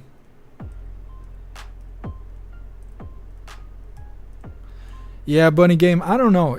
It's weird to see live streamers that are millionaires and the way they behave and the things they do and the way they carry themselves. And especially when I'm struggling. Sometimes I'm like really struggling and I see like Aiden Ross and he's like sitting there picking his toes on the live and they're just $100 donations running in and I'm just like, I couldn't be that way. It's not about the money to me. It's not. Otherwise I'd grift like everybody else. I'd pick a side. I'd favor the Republicans and the conservatives, and I'd turn a blind eye to all their mistakes, and I'd just shit all over the Democrats and liberals and call them by name. And I just believe in what's right is right and what's wrong is wrong, and that's why I don't say sides. I just say the soft and stupid people, because that's who's gonna get us in the end. It doesn't matter who they vote for, what team they play for, how they identify themselves. It's the soft and stupid people that are gonna be our downfall. And so I just call it like I see it, and I just try to be as real as I can. But if it was about the money, I'd be grifting it, and it's not. It's not. This is how I am. If you were to see me in person, it'd be just like this. It would be just like this. That's why you don't see like my friends, like I have friends. That's why you don't see people that know me in real life actually watching the live, is because they can't stand me already. They don't have to come listen to me for 4 hours a day on the live to get burned out. They already can't stand me. Tis what 'tis. All right, hooligans, I read through all the chats. Everybody seems to be good to go, so we are going to wrap this up. I appreciate all of you hooligans being here, especially hanging out for so long today. You guys are awesome. No game tonight. Coffee with Hooligans tomorrow at 1 p.m. Eastern Time. I'm sure Snooks will update me on the next Trump rally. I can't remember if that was the last one for this month or if we got another one coming up. But either that was the last one or the next one's the last one, and then we won't see the Orange Eagle again until November. I want to say like November, second week of November, we'll say that. So I will keep you guys up to date. As soon as I know more, go join Gilded. If you really want support, go join jeffmaclive.com. If you are just interested in jeffmaclive.com, click that link at the top of the link tree. Go get in there for free, see all the cool things that we got going on, and maybe you'll decide to stay. I appreciate all of you hooligans. Big shout out to everyone that made donations, joined the membership programs, or purchased any merch. I really appreciate all of you, and I would not be able to do this without you. So thank you so much for all your support. I'll see you on the next live. Until then, stand tall, shine bright, and that's a wrap.